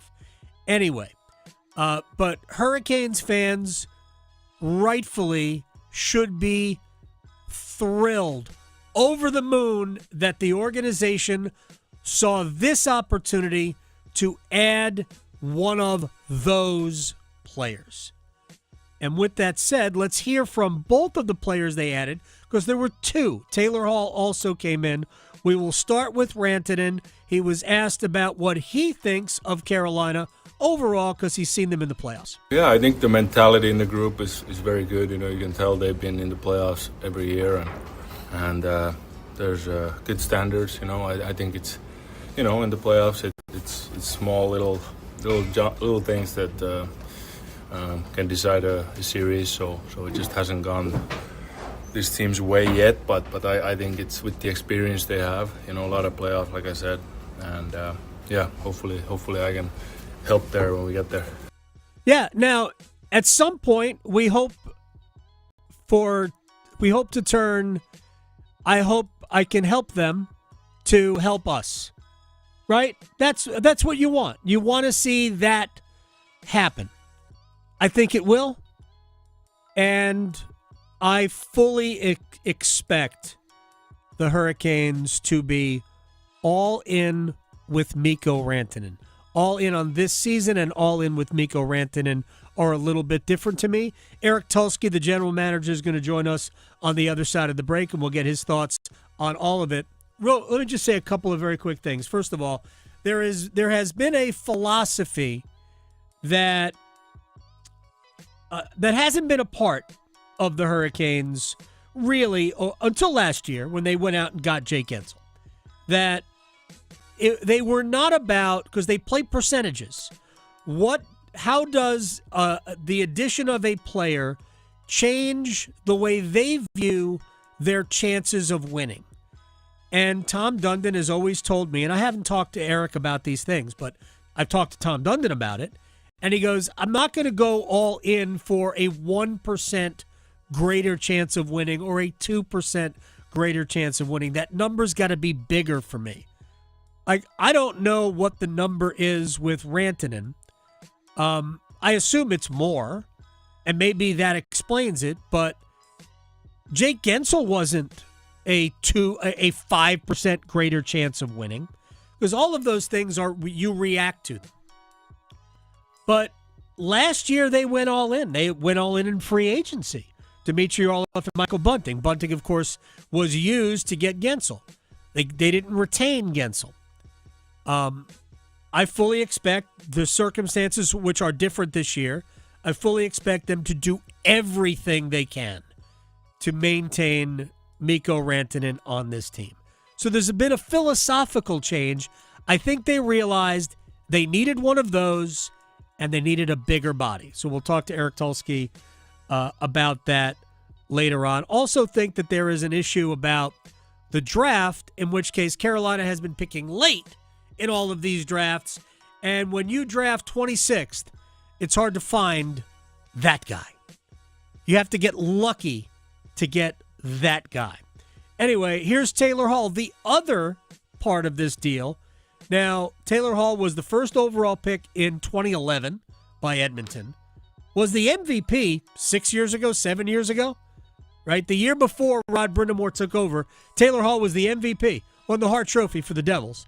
And Taylor Hall had his first game with Carolina on Saturday. Thoughts? He's awesome. You can tell he's into every game. He's into every shift, and he sets a high standard here, and that's what you want from a coach. And I think he's someone where you have to build his trust, and once you get it, he believes in you, and there's nothing more that you want from a coach. I have talked to a lot of guys and heard nothing but good things. Not only as a coach, mentor, but just as a guy and as a motivator. That's exciting for me. So he played very well. You talk about earning trust. Taylor Hall started the game on Carolina's fourth line. It didn't take him long to play up in the lineup, and I think we're going to see Taylor Hall in a really what amounts to a top 6 role. And Carolina's got 3 lines. With Seth Jarvis playing with Stahl and Martinook, that becomes a scoring line too. So Taylor Hall is going to play a prominent role, I think, going forward. And here's the head coach, Rod Brindamore, and that's who Taylor Hall was talking about, on how these trades impact the team. It's always a little, when you're losing people, that's tough, especially people that have been around for a long time. But, you see the big picture and what's like I said, the potential there. It's, I think, exciting for the group. It is super exciting. You could tell Sebastian Aho is thrilled. I mean, nobody wanted to see Martin Necas go, but you could tell Aho is thrilled because his very good friend, Mikko Rantanen, they have known each other for more than a decade. They played together in the World Juniors a couple of times for Finland, so they go way back. He's pretty excited to have his buddy with him. So a lot of good things happened on Friday night. Now, all Carolina's got to do is put it together on the ice. May take some time, but Rantanen, I mean, the game isn't that complicated on the surface. Aho and Rantanen will gain chemistry. Taylor Hall already looked like he had it. He is such a good creative playmaker. He's not really a goal scorer. He's just an offensive weapon because he is a dynamite passer. He is fast, and he is big. Well, we've got a new goal scorer, so we do. That would be helpful. We need all sorts of offense. Hurricanes offense has not looked great, obviously, for a while. All right, let's take a break. We'll come back. Eric Tulsky, general manager of the Carolina Hurricanes, will join us next. Serving it up hot and fresh every day. Adam Gold on the North Carolina Sports Network. Listen for the Did He Just Do That? Johnson trying to step back for a three. Bring it up. Left side. Boy, that was cold-blooded. The deep looks from downtown. Damas from the right block. Gives to Hawkins. Straight on. Triple. Good. They left him open, and he makes him pay. The Get That Out of Here's. Bonner to the basket. Rejected by Renew, who saw that one coming. Your exclusive home for the Final Four. 99.9 The Fan. The Triangle Sports Leader. It's the FanDuel Kick of Destiny, and it's back. Hi, everyone. This is Adam Gold from my friends at FanDuel, America's #1 sportsbook. This time, it is every Manning for himself. This Super Bowl, two legends take the field in a sudden death field goal showdown. Peyton v. Eli. Live from New Orleans, family bragging rights on the line, and you can earn a share of $10 million in bonus bets if you pick the winner right now in the FanDuel app. All the details are right there. May the best Manning win. FanDuel.com/Adam Gold. FanDuel.com/Adam Gold. Bet with FanDuel, official sportsbook partner of Super Bowl 59. 21 and over and present in North Carolina. First online real money wager only. $5 first deposit required. Bonuses issued as non-withdrawable bonus bets, which expire 7 days after receipt. Restrictions apply. See terms at sportsbook.fanduel.com. Gambling problem? Call 877-718-5543 or visit morethanagame.nc.gov. Our favorite reason to choose Diamonds Direct over any other jeweler? Free service for life with no fine print. That's right. When you buy your engagement ring or any piece of jewelry at Diamonds Direct, you will never have to pay a dime in the future for sizing, cleaning, or routine maintenance. Even if she accidentally knocks out a side accent diamond, Diamonds Direct will replace it free. Now, other stores claim to offer warranties, but the catch is that they won't honor it unless you bring your ring in for regular inspections. But at Diamonds Direct, inspections are never required. There's no gotcha clause, no fine print, no looking for ways to void the warranty. Plain and simple, at Diamonds Direct, we stand behind what we sell, and we're committed to service it at no charge for life, period. Diamonds Direct, the jeweler you can trust with a no questions asked 100% free lifetime warranty with no strings attached. Come see us to learn more. Official jeweler of the Carolina Hurricanes and proud sponsor of NC State Athletics, and proud to call the Triangle home. Diamonds Direct, your love, our passion. What could you do with an extra $75,000 right now, or even a couple $100,000? If you own a home, you can get that money in less than a week with Loan Pronto. Hey, it's Dennis Cox. Loan Pronto is the leader in quickly converting your home equity into cold, hard cash. You can pay off all your credit cards or start that home remodel. Loan Pronto has several easy options to let you access the cash from your home. There's virtually no paperwork, no cumbersome process, no junk fees, and often no appraisal. Listen, the average homeowner now has over $300,000 in equity. That's your money. Use it. One client got $150,000 out and paid off all their credit cards, 2 car loans, and a personal loan, cutting their monthly expenses by $1,500. You can get approved in as little as 1 day. So act now with no hard credit pull up front. LoanPronto.com, 919-381-1760. Get the money you need for anything. 919-381-1760, LoanPronto.com. Equal housing lender, NMLS 1661781, subject to lender approval, NMLSconsumeraccess.org. Mitchell Heating and Cooling, we do the job right every time. Mitchell Heating and Cooling is celebrating 51 years of trusted service. And to celebrate, get a furnace tune-up for just $51. That's peace of mind heating for only $51. Visit MitchellHVAC.com. Mitchell Heating and Cooling, quality products and services on time from a family you trust. It's hard to stop a train. The best solutions every time. This is Adam Gold. What, a minute 53 into the game? Heat of the moment? Right. What kind of heat of the moment is that? We haven't even gotten to simmer yet. I know. Did someone flip him off in the parking lot? Like, what are we seriously. The Adam Gold Show. I always love reading people's Wikipedia page headline. Eric Tulsky is an American ice hockey executive and scientist who happens to be the general manager of the Carolina Hurricanes. Man, scientist really, for me, especially as a chemist, really plays into this. I appreciate your time, sir. I know it has been a whirlwind, not just the last, say, 48 hours, but I know it goes back further. So Have you recovered at all from all of the, I guess, the excitement? Yeah, I mean, it's been a busy couple of weeks for sure. We're now, this one's done now. Let's start working on what comes next. All right, well, that's very exciting. So I want to ask you a philosophical question about this, because until really last year, moves like this hadn't been part of the DNA of the franchise. And I talked with Tom Dundon this summer, and he had told me that because last year's acquisition of Jake Ensel didn't lead to a longer playoff run, he told me that he'd be less inclined to do something like this in the future. Armed with that information, I really have not looked at this as though it's a move for this year. I do think it's a future. How do you look at the acquisition of Mikko Rantanen and Taylor Hall? Yeah, I mean, of course, we are going to try and get Mikko extended. We would love to have him here long term. We are okay with all of the risks that this deal entails. Ultimately, there are players who just feel like a perfect fit for us.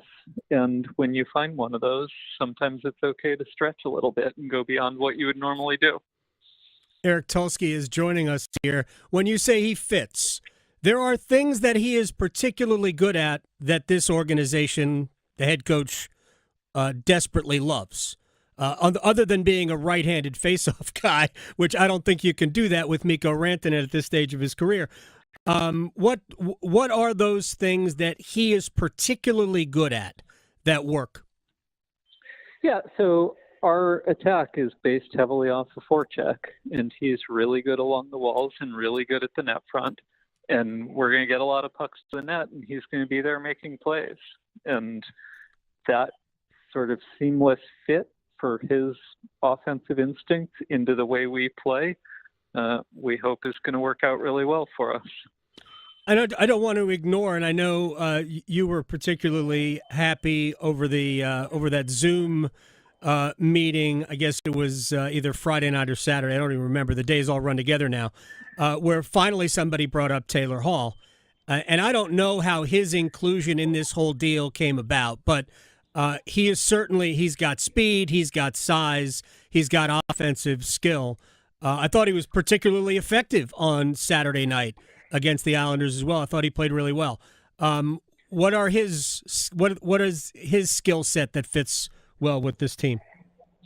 Yeah, I agree. I thought he played very well in that game also, and I think you could see exactly what he's going to do for us. Like, he does have a heaviness to his game that works with the way we play. He can protect the pucks along the walls, and he can see across the ice and make those seam passes and make plays to the net front. And that ability to be hard on pucks and protect them and win the battle along the wall and also have the vision to make plays is, it's a combination that not a lot of players have. And he brings that and should help us turn our forechecks into offense and scoring chances. Eric Tulsky is with us, general manager of your Carolina Hurricanes. So is it intentional to get a little bit bigger, or did it just work out that you added 6'4", 215, 6'1", 210? Yeah, I mean, that's definitely part of what we're looking at here is if we're going to play a heavy game along the walls, I think every player on our team competes very hard, and a lot of times that's enough. But if you can add size to it, obviously that makes it even more powerful. And if it's size and skating, that's even better, right? And so that's part of what made these guys feel like great fits for the way we play. Drafting where you have the last several years, it's hard to get a player. I'll just specifically talk about Rantanen here. It's hard to get a player of that magnitude when you're picking 26th, 27th, 28th, and oftentimes you'll trade back because I think the organization doesn't see a ton of difference between the 28th and the 38th pick in a given draft. So did this also shape maybe the philosophy to, if we want one of these players, we're going to have to go out and get him? Yeah, I mean, I think it's hard to get players like this, even if you're drafting 10th or 8th or 3rd. True. Like, he's a great player, and they're just hard to find. And when you have a chance to add somebody like that, you do everything you can to make it work. Yeah, I mean, it's a very good point because, going back 10 years, this organization had drafted very high, and there weren't many of those players. You can, probably count on one hand, like the Sebastian Ahos that come out of the second round, or even a Jackson Blake, who was, I think, a third or fourth round pick, who has been remarkable. Is he maybe a little bit better at this stage than you thought he'd be? I mean, we were very high on Jackson all along. He has met or exceeded expectations at every step. I think he did a great job over the summer of really coming in early and committing and building himself up and getting himself ready for the pro game. And yeah, I mean, the transition's gone as well as anyone could have hoped. He's just fun to watch. He's, for somebody 5'10", 1 whatever, and it's probably generous, he seems to come out of the corner with the puck a lot. Eric Tulsky is joining us here on the Adam Gold Show. Do you have room under the salary cap now to make whatever tweaks that you feel like you might need as we get closer to the trade deadline? I don't even know. Can you, if William Carey isn't going to be back in the regular season, can that become an LTIR situation to give you more flexibility? Yeah, I mean, so we're pretty tight against the cap at this point. Yeah. I think we have a little bit of wiggle room, and there are potentially ways we could make more if we needed to. It is tight, so we'll be a little bit constrained, but we will be working on it and making sure we don't miss any opportunities.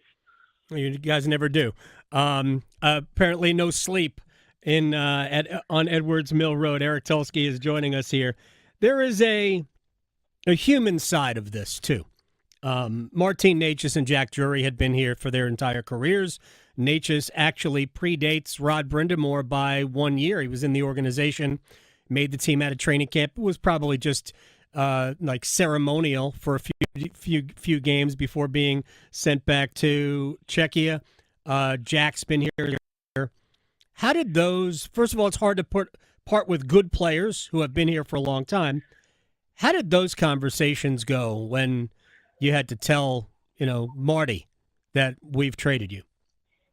Yeah, I mean, it's hard, right? They've been here their whole careers, and they've been incredible parts of our organization. And, they're both really good players, and they're both really good people, and that's tough. And, it's not something you do lightly. And in most situations, we would not have wanted to go there. But sometimes there are opportunities that, you have to stretch a little on and do things you're not comfortable with. I was thinking about the scene from Moneyball when Brad Pitt tells it's the character of Jeremy Giambi. He hands him a little like a piece of paper. Here, call the GM of the Phillies. You've been sent there. That was a very cold move. How does that conversation with Necas go? He had some, he had, I think, resigned himself that it might happen at last trade deadline. So maybe he was sort of maybe not expecting it, but I don't know what he was, how he acted since I wasn't there. But just specifically to Necas, how did he take it? Yeah, I mean, I'm sure it was not something he was expecting to hear that day. I don't think anybody's ever expecting to hear that kind of news. But people understand it's time for things to happen sometimes. And, the good news for them is they're going to a very strong organization with a very strong chance to compete and win a cup. And, so it's not going to be easy for them. It's always hard to have change, but, I imagine they will fit in well there and have things go well for them going forward. Hey, he's played the first 2 games with Nathan McKinnon, played 25 minutes the first game. So it's a good thing Marty is in great shape. And it's a good thing you guys don't play Colorado again until the Stanley Cup Finals. Uh-huh. Yeah, I know they're both going to do very well there, and I'm happy for them about that. Yeah, and by the way, does the fact that you don't play Colorado again until then, did that play any role at all? No, I mean, we have to make our decision based on more than just, a single game rematch. But it is, I guess maybe it's like a coincidence of convenience. So does the philosophy of the organization change at all? Or because can we expect these types of things going forward? Or because the salary cap going up and you have so much room under the cap next year that this was just an unusual set of circumstances? Because Tom has not necessarily wanted to live like that. Yeah, I mean, we always want to be active and look for every opportunity to make the team better. I don't think that will change. I think the opportunity to find deals like this is much more rare than people think. And the perception that, I think 32 fan bases believe their teams are not active enough, and I wish they would get in on these. Maybe 30 or 31. There are one or two that are known for being pretty aggressive, but there aren't that many opportunities to do something like this. And when there is one that we feel like is the right fit, we will go at it very hard. But you have to pick your spots and make sure you're making a move that actually moves the team forward. Without getting into the specifics, was there a time when Colorado asked for a certain package of assets and you went, come on, nah? Yeah, I mean, of course, they weren't going to do our first ask and we weren't going to do their first ask. Right. So, that's how the negotiation works. I mean, I could just imagine all the things. I was surprised that you did this without a first-round pick. But you also said that you would be willing to trade multiple first-round picks in the right set of deals. Yeah, I mean, I think we gave up 2 players who are each worth more than a first-round pick on their own. So Colorado was in a position where they weren't really looking for futures. They were looking for players who could help them compete right now. And so we had players we could give them who will help them compete and may help them even win a cup this year. They can't have that and also premium futures. Right. Very good point. And final thing, when you presented this to Rod Brindamore, and I don't know how privy he was to any of these conversations earlier, what was Rod's reaction?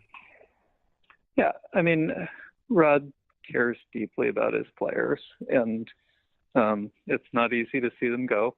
At the same time, he understands what we're bringing in and, how much that can help us moving forward.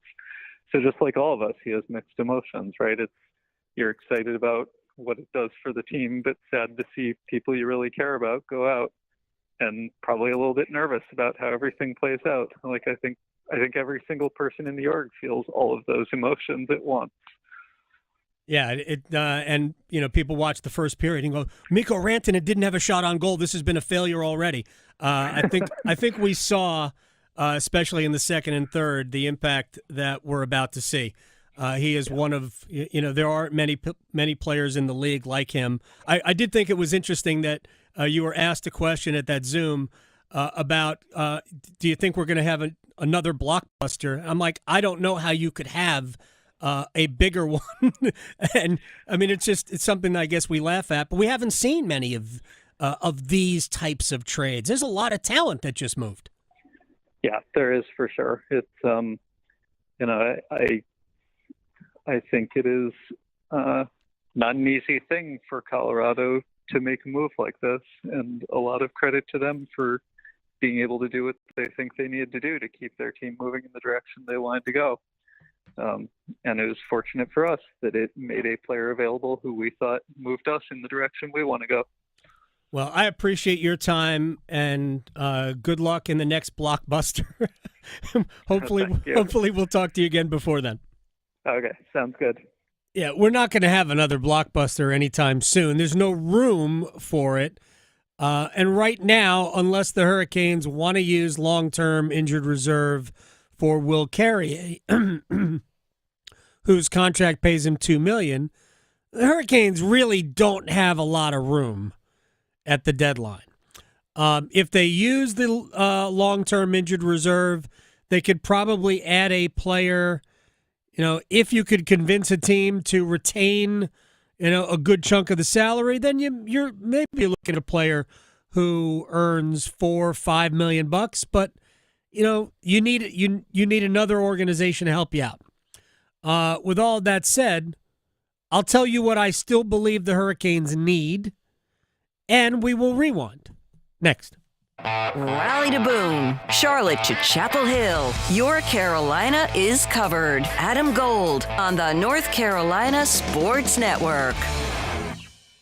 The North Carolina Department of Health and Human Services is looking for people age 21 or older to volunteer in long-term care facilities. Community Advisory Committee volunteers help residents and their families advocate for the needs of individuals living in long-term care facilities, such as nursing homes, assisted living facilities, and family care homes. Volunteers must complete orientation and training to become designated and certified representatives of the Long-Term Care Ombudsman Program. Visit ncdhhs.gov/aging to find your county's ombudsman. AARP is working hard to make sure people in North Carolina are getting the most out of life. Whether it's helping you stay healthy, save more money, care for loved ones, or simply have some fun, AARP is making a difference in communities across the state. You have a wise friend and fierce defender with AARP. Learn more about progress being made for older adults in the state by listening to AARP Without Limits. You can find the latest episodes of AARP Without Limits wherever you listen to your podcast.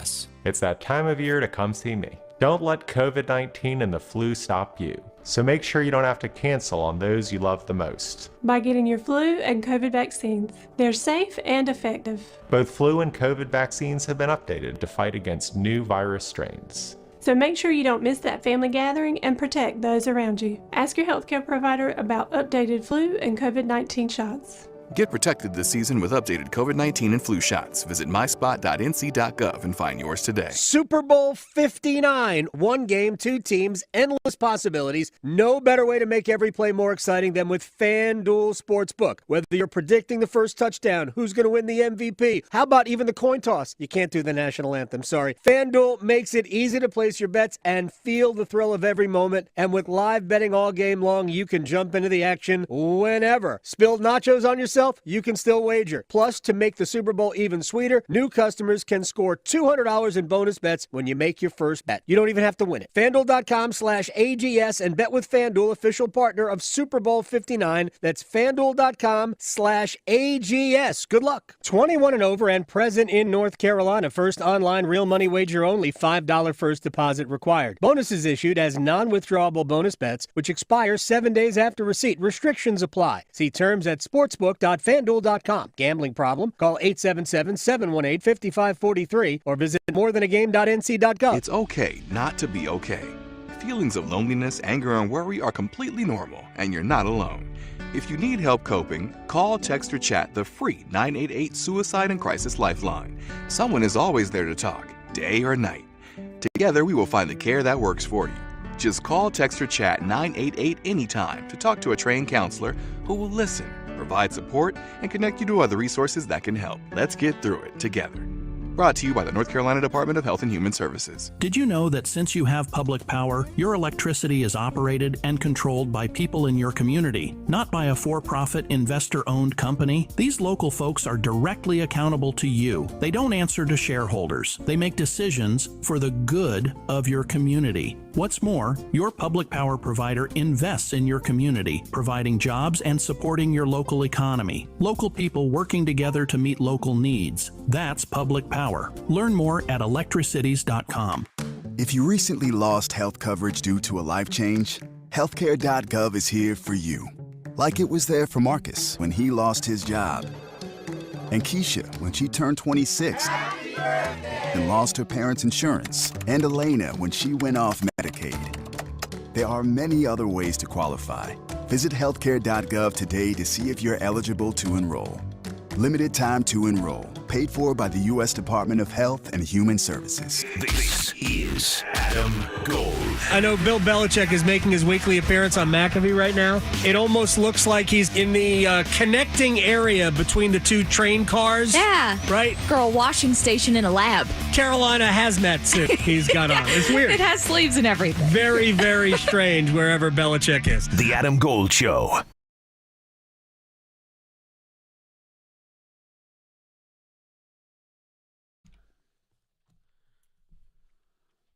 It's the Adam Gold Show. I am Adam Gold. Victoria on the ones and twos. We're going to talk a little bit more about football and the two conference championship games in a minute. Before I get to my thoughts on the Hurricanes, just one thing so I don't forget. Patrick Mahomes has been a starter in the NFL since the 2018 season. So this is the 7th straight season he has been the starter. Remember, he was drafted. He spent basically all of 2017 backing up Alex Smith, started the last game, and then Smith went back in for the playoffs. Yeah. He started so much, I don't even know who the backup is. Carson Wentz. Yeah, it's just changed. Like, they don't ever have to come out. It's not Chad Henne anymore. Yeah. He has been in the AFC Championship game all 7 years. He is 5-2 in the AFC Championship game.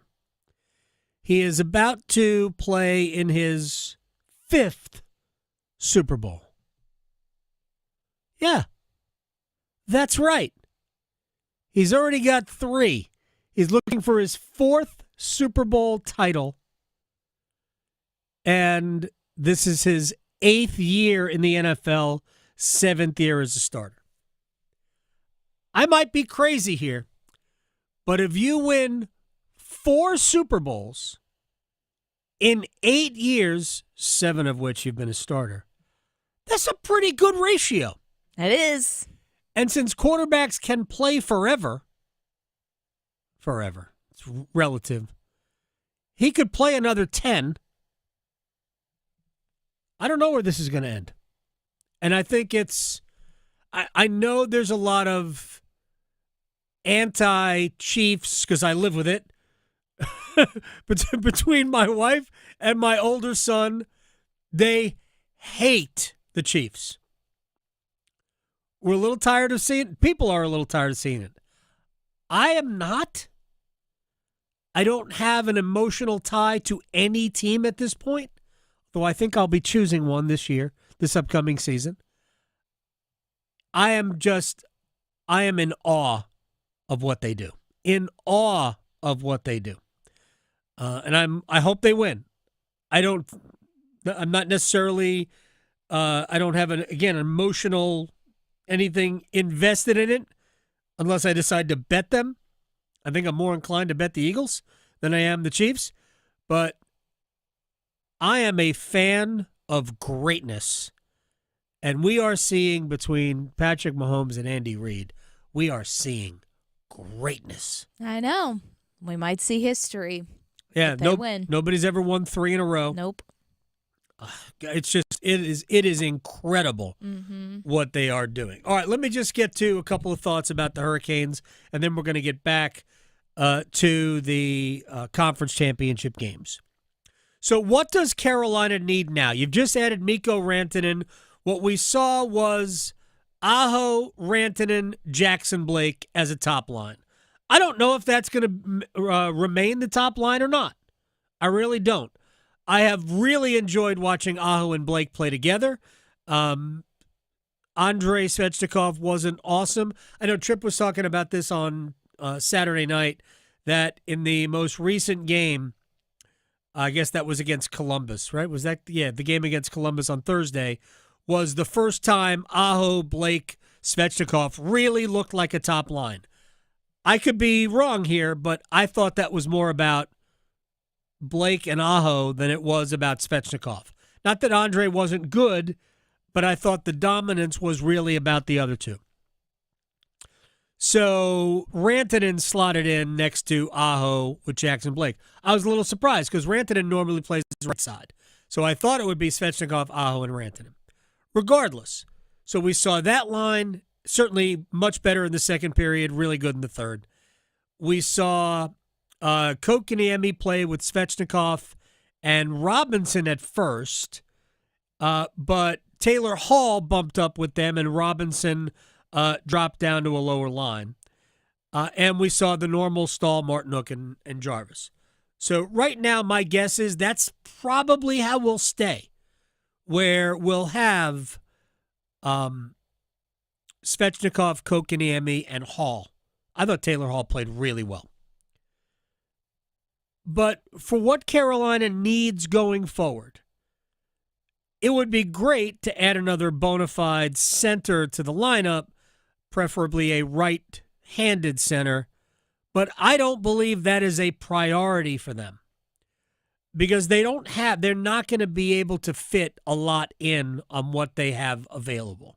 Even if they use the long-term injured reserve bump from William Carrier for the rest of the regular season, and I think it's a fair assumption that Carrier will miss the rest of the regular season, even if that becomes available to them, I actually think they have different priorities, if it were me.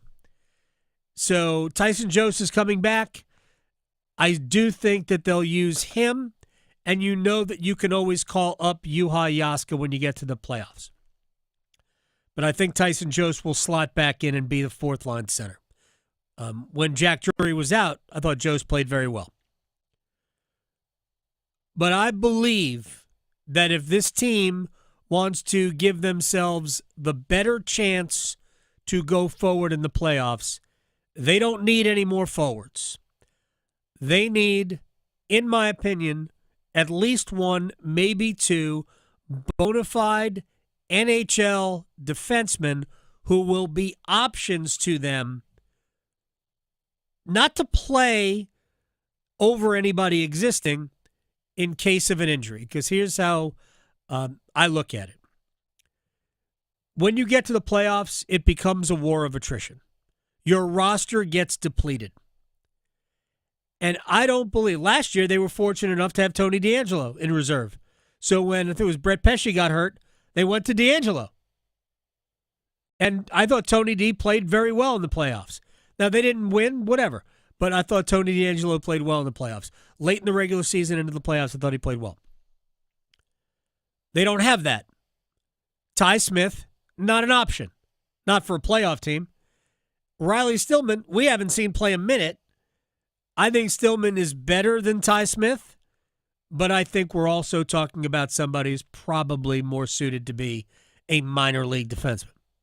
An emergency seventh guy. But if you get an injury and this person has to play, yeah, I think they need at least one, maybe two bona fide NHL defensemen. That's what I believe they need more than any other forward, even more right now than an NHL goaltender. And that is actually the other thing, if I were them, that I would add. Because, now granted, if you lose Anderson and Kochetkov, whoever you are bringing in is unlikely to be as good as either of them, even on his best day. But I would still rather have somebody who is an NHL goaltender. And with respect to Dustin Tokarski, who has played well, and to Spencer Martin, who last year especially played well, this year not as well, I don't think the Hurricanes have an NHL goalie behind Anderson and Kochetkov. So that's the other thing I would add. Again, you're not going to be able to do all of this, and honestly, I think they are hoping that with managing each's minutes, games played, that they'll keep both Kochetkov and Anderson healthy for the balance of the regular season. That's why I think you'll see a strict platoon with very few exceptions between now and the middle of April when the playoffs begin. So who just played? Kochetkov just played on Long Island. So tomorrow night, I would expect to see Frederick Anderson at Madison Square Garden against the Rangers. And then when the Hurricanes play the Blackhawks on Thursday, I would expect to see Pyotr Kochetkov. And so on, and so on, and so on. And that's how I think you'll see Rod Brindamore play it, again, with very few exceptions between now and the end of the year. And then maybe he'll say, who played better? You'll get the start in game one. Maybe he'll do that. But I think more than likely it will be Frederick Anderson in game one. That's the way I think it will play out. But I think keeping them both healthy is super important. They don't need another forward. They need at least one, maybe two defensemen. Guys who have played, legitimately played in the NHL. With that said, it's time to rewind. All right, Will Brinson, senior NFL writer, CBSSports.com. Mahomes versus Allen. Statistically speaking, I mean, almost no difference. The one difference would be that Mahomes turned it over. Allen did not. But with all of that, I'm not sure that Mahomes didn't play better than Allen, even if by just a little. Yeah, that's probably right. I mean, I think, man, I don't know. It's close. I think very close. Allen didn't lose the game. Yeah, no. I mean, Allen didn't have. I mean, what is it? There are two teams ever with like 4 touchdowns, 0 turnovers to lose a playoff game since 2020, and it's like the Bills against the Chiefs in both of them. Yeah. I mean, look.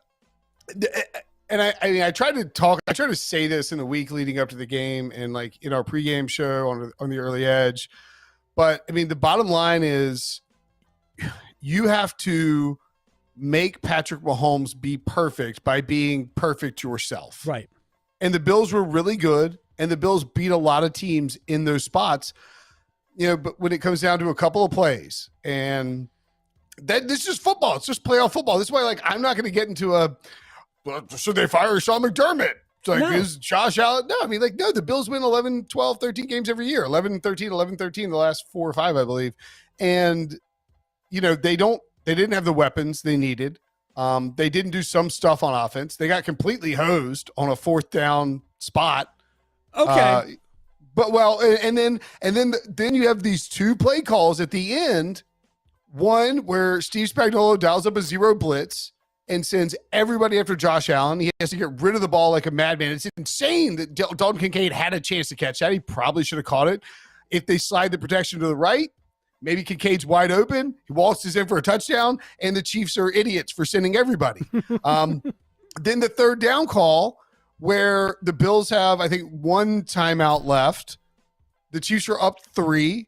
It'd be the final score because they took knees. And, a lot of teams would have simply run the ball, demanded that the other team uses their timeout, kick the field goal, go up 6, and beg the other team to go get a touchdown and beat you. The Chiefs don't. They throw to Samaje Perine, who, as best I can tell, I mean, I haven't looked at that. I mean, this was my recollection last night, but I'm pretty sure he played like 1 snap. That was it. I think that was the snap. The only snap he that plays. was the snap. And he's out there, and Mahomes throws it to him. And like, again, I go back to the Chiefs are the new Patriots thing. Yep. And it's been coming together for a while now, but it makes even more sense when you think about a play call like that, where it is objectively insane to throw the ball to Samaje Perine, who hasn't played at all in this game, on 3rd down to try to seal the game, and he gets it.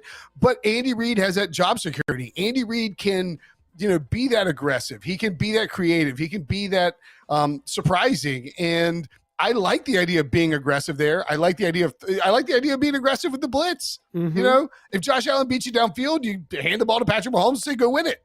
So like, they're just they're a really difficult team to beat at home in the playoffs, especially when you already had to go through Baltimore, the 3rd best team in the conference.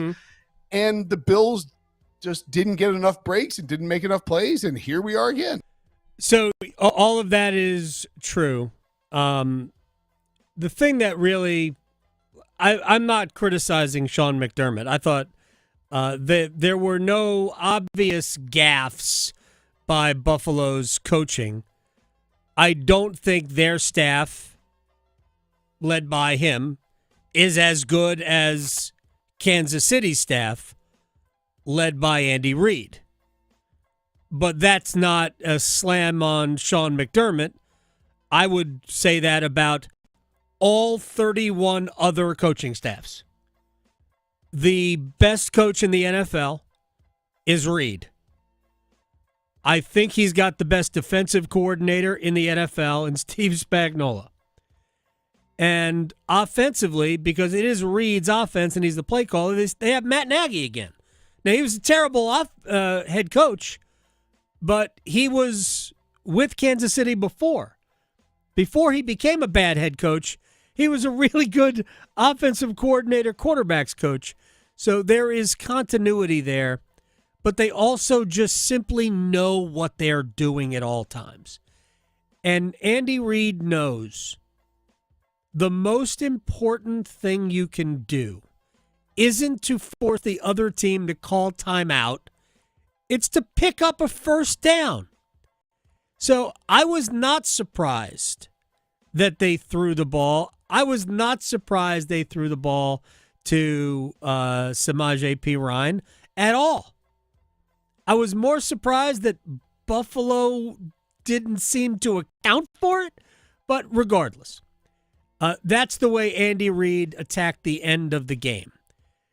I could make an argument, and we haven't really talked at all about Philly and Washington, but I can make an argument that Buffalo and Washington were similar entities in the beginning of both games. Real quick to Washington, Philly. Washington looked like the moment got to him in the first part of that game. Not to Jaden Daniels, to the team as a whole. They were a who wants to fumble next, right? They were just constantly putting the ball on the ground. And who is it? De'Ami Brown fumbled early on. It's not a knock on De'Ami Brown, who I think is really good. But those guys, I thought the moment kind of got to them and the game got away from them. I said early in the game that, and I think I might have just said it out loud in my living room, that I thought that Philly had already won the game. And then all of a sudden, Washington got to 14-12. I would not have gone for two. Oh, I will say this about Sean McDermott. When it was 21 and you made it 21-16 and you kicked the extra point, but there was a penalty, don't take the point off the board. There's no point in getting to 21-18 now. They ultimately chased points there. They chased points later. Did it matter? No, I don't think it would have impacted the outcome. Stop chasing points. Kick the extra point. You got it. Don't take it off the board. You never take points off the board. They decided to put the ball at the one and go for two. They didn't get it. You gave away a point. I thought Washington did that too. You didn't have to make it 14-14. It's too early in the game. Let's make it 14-13 and move on. Just go. Just keep going. Ultimately, those lost points matter. Sometimes they really matter. But I thought Washington was a little bit jittery as a team, and I thought Buffalo early, including Josh Allen, were jittery as a team too. They were too amped up for that game. Victoria, this was fun. We should do this again tomorrow. The Canes will take on the Rangers tomorrow night, right? Bye. Serving it up hot and fresh every day. Adam Gold on the North Carolina Sports Network.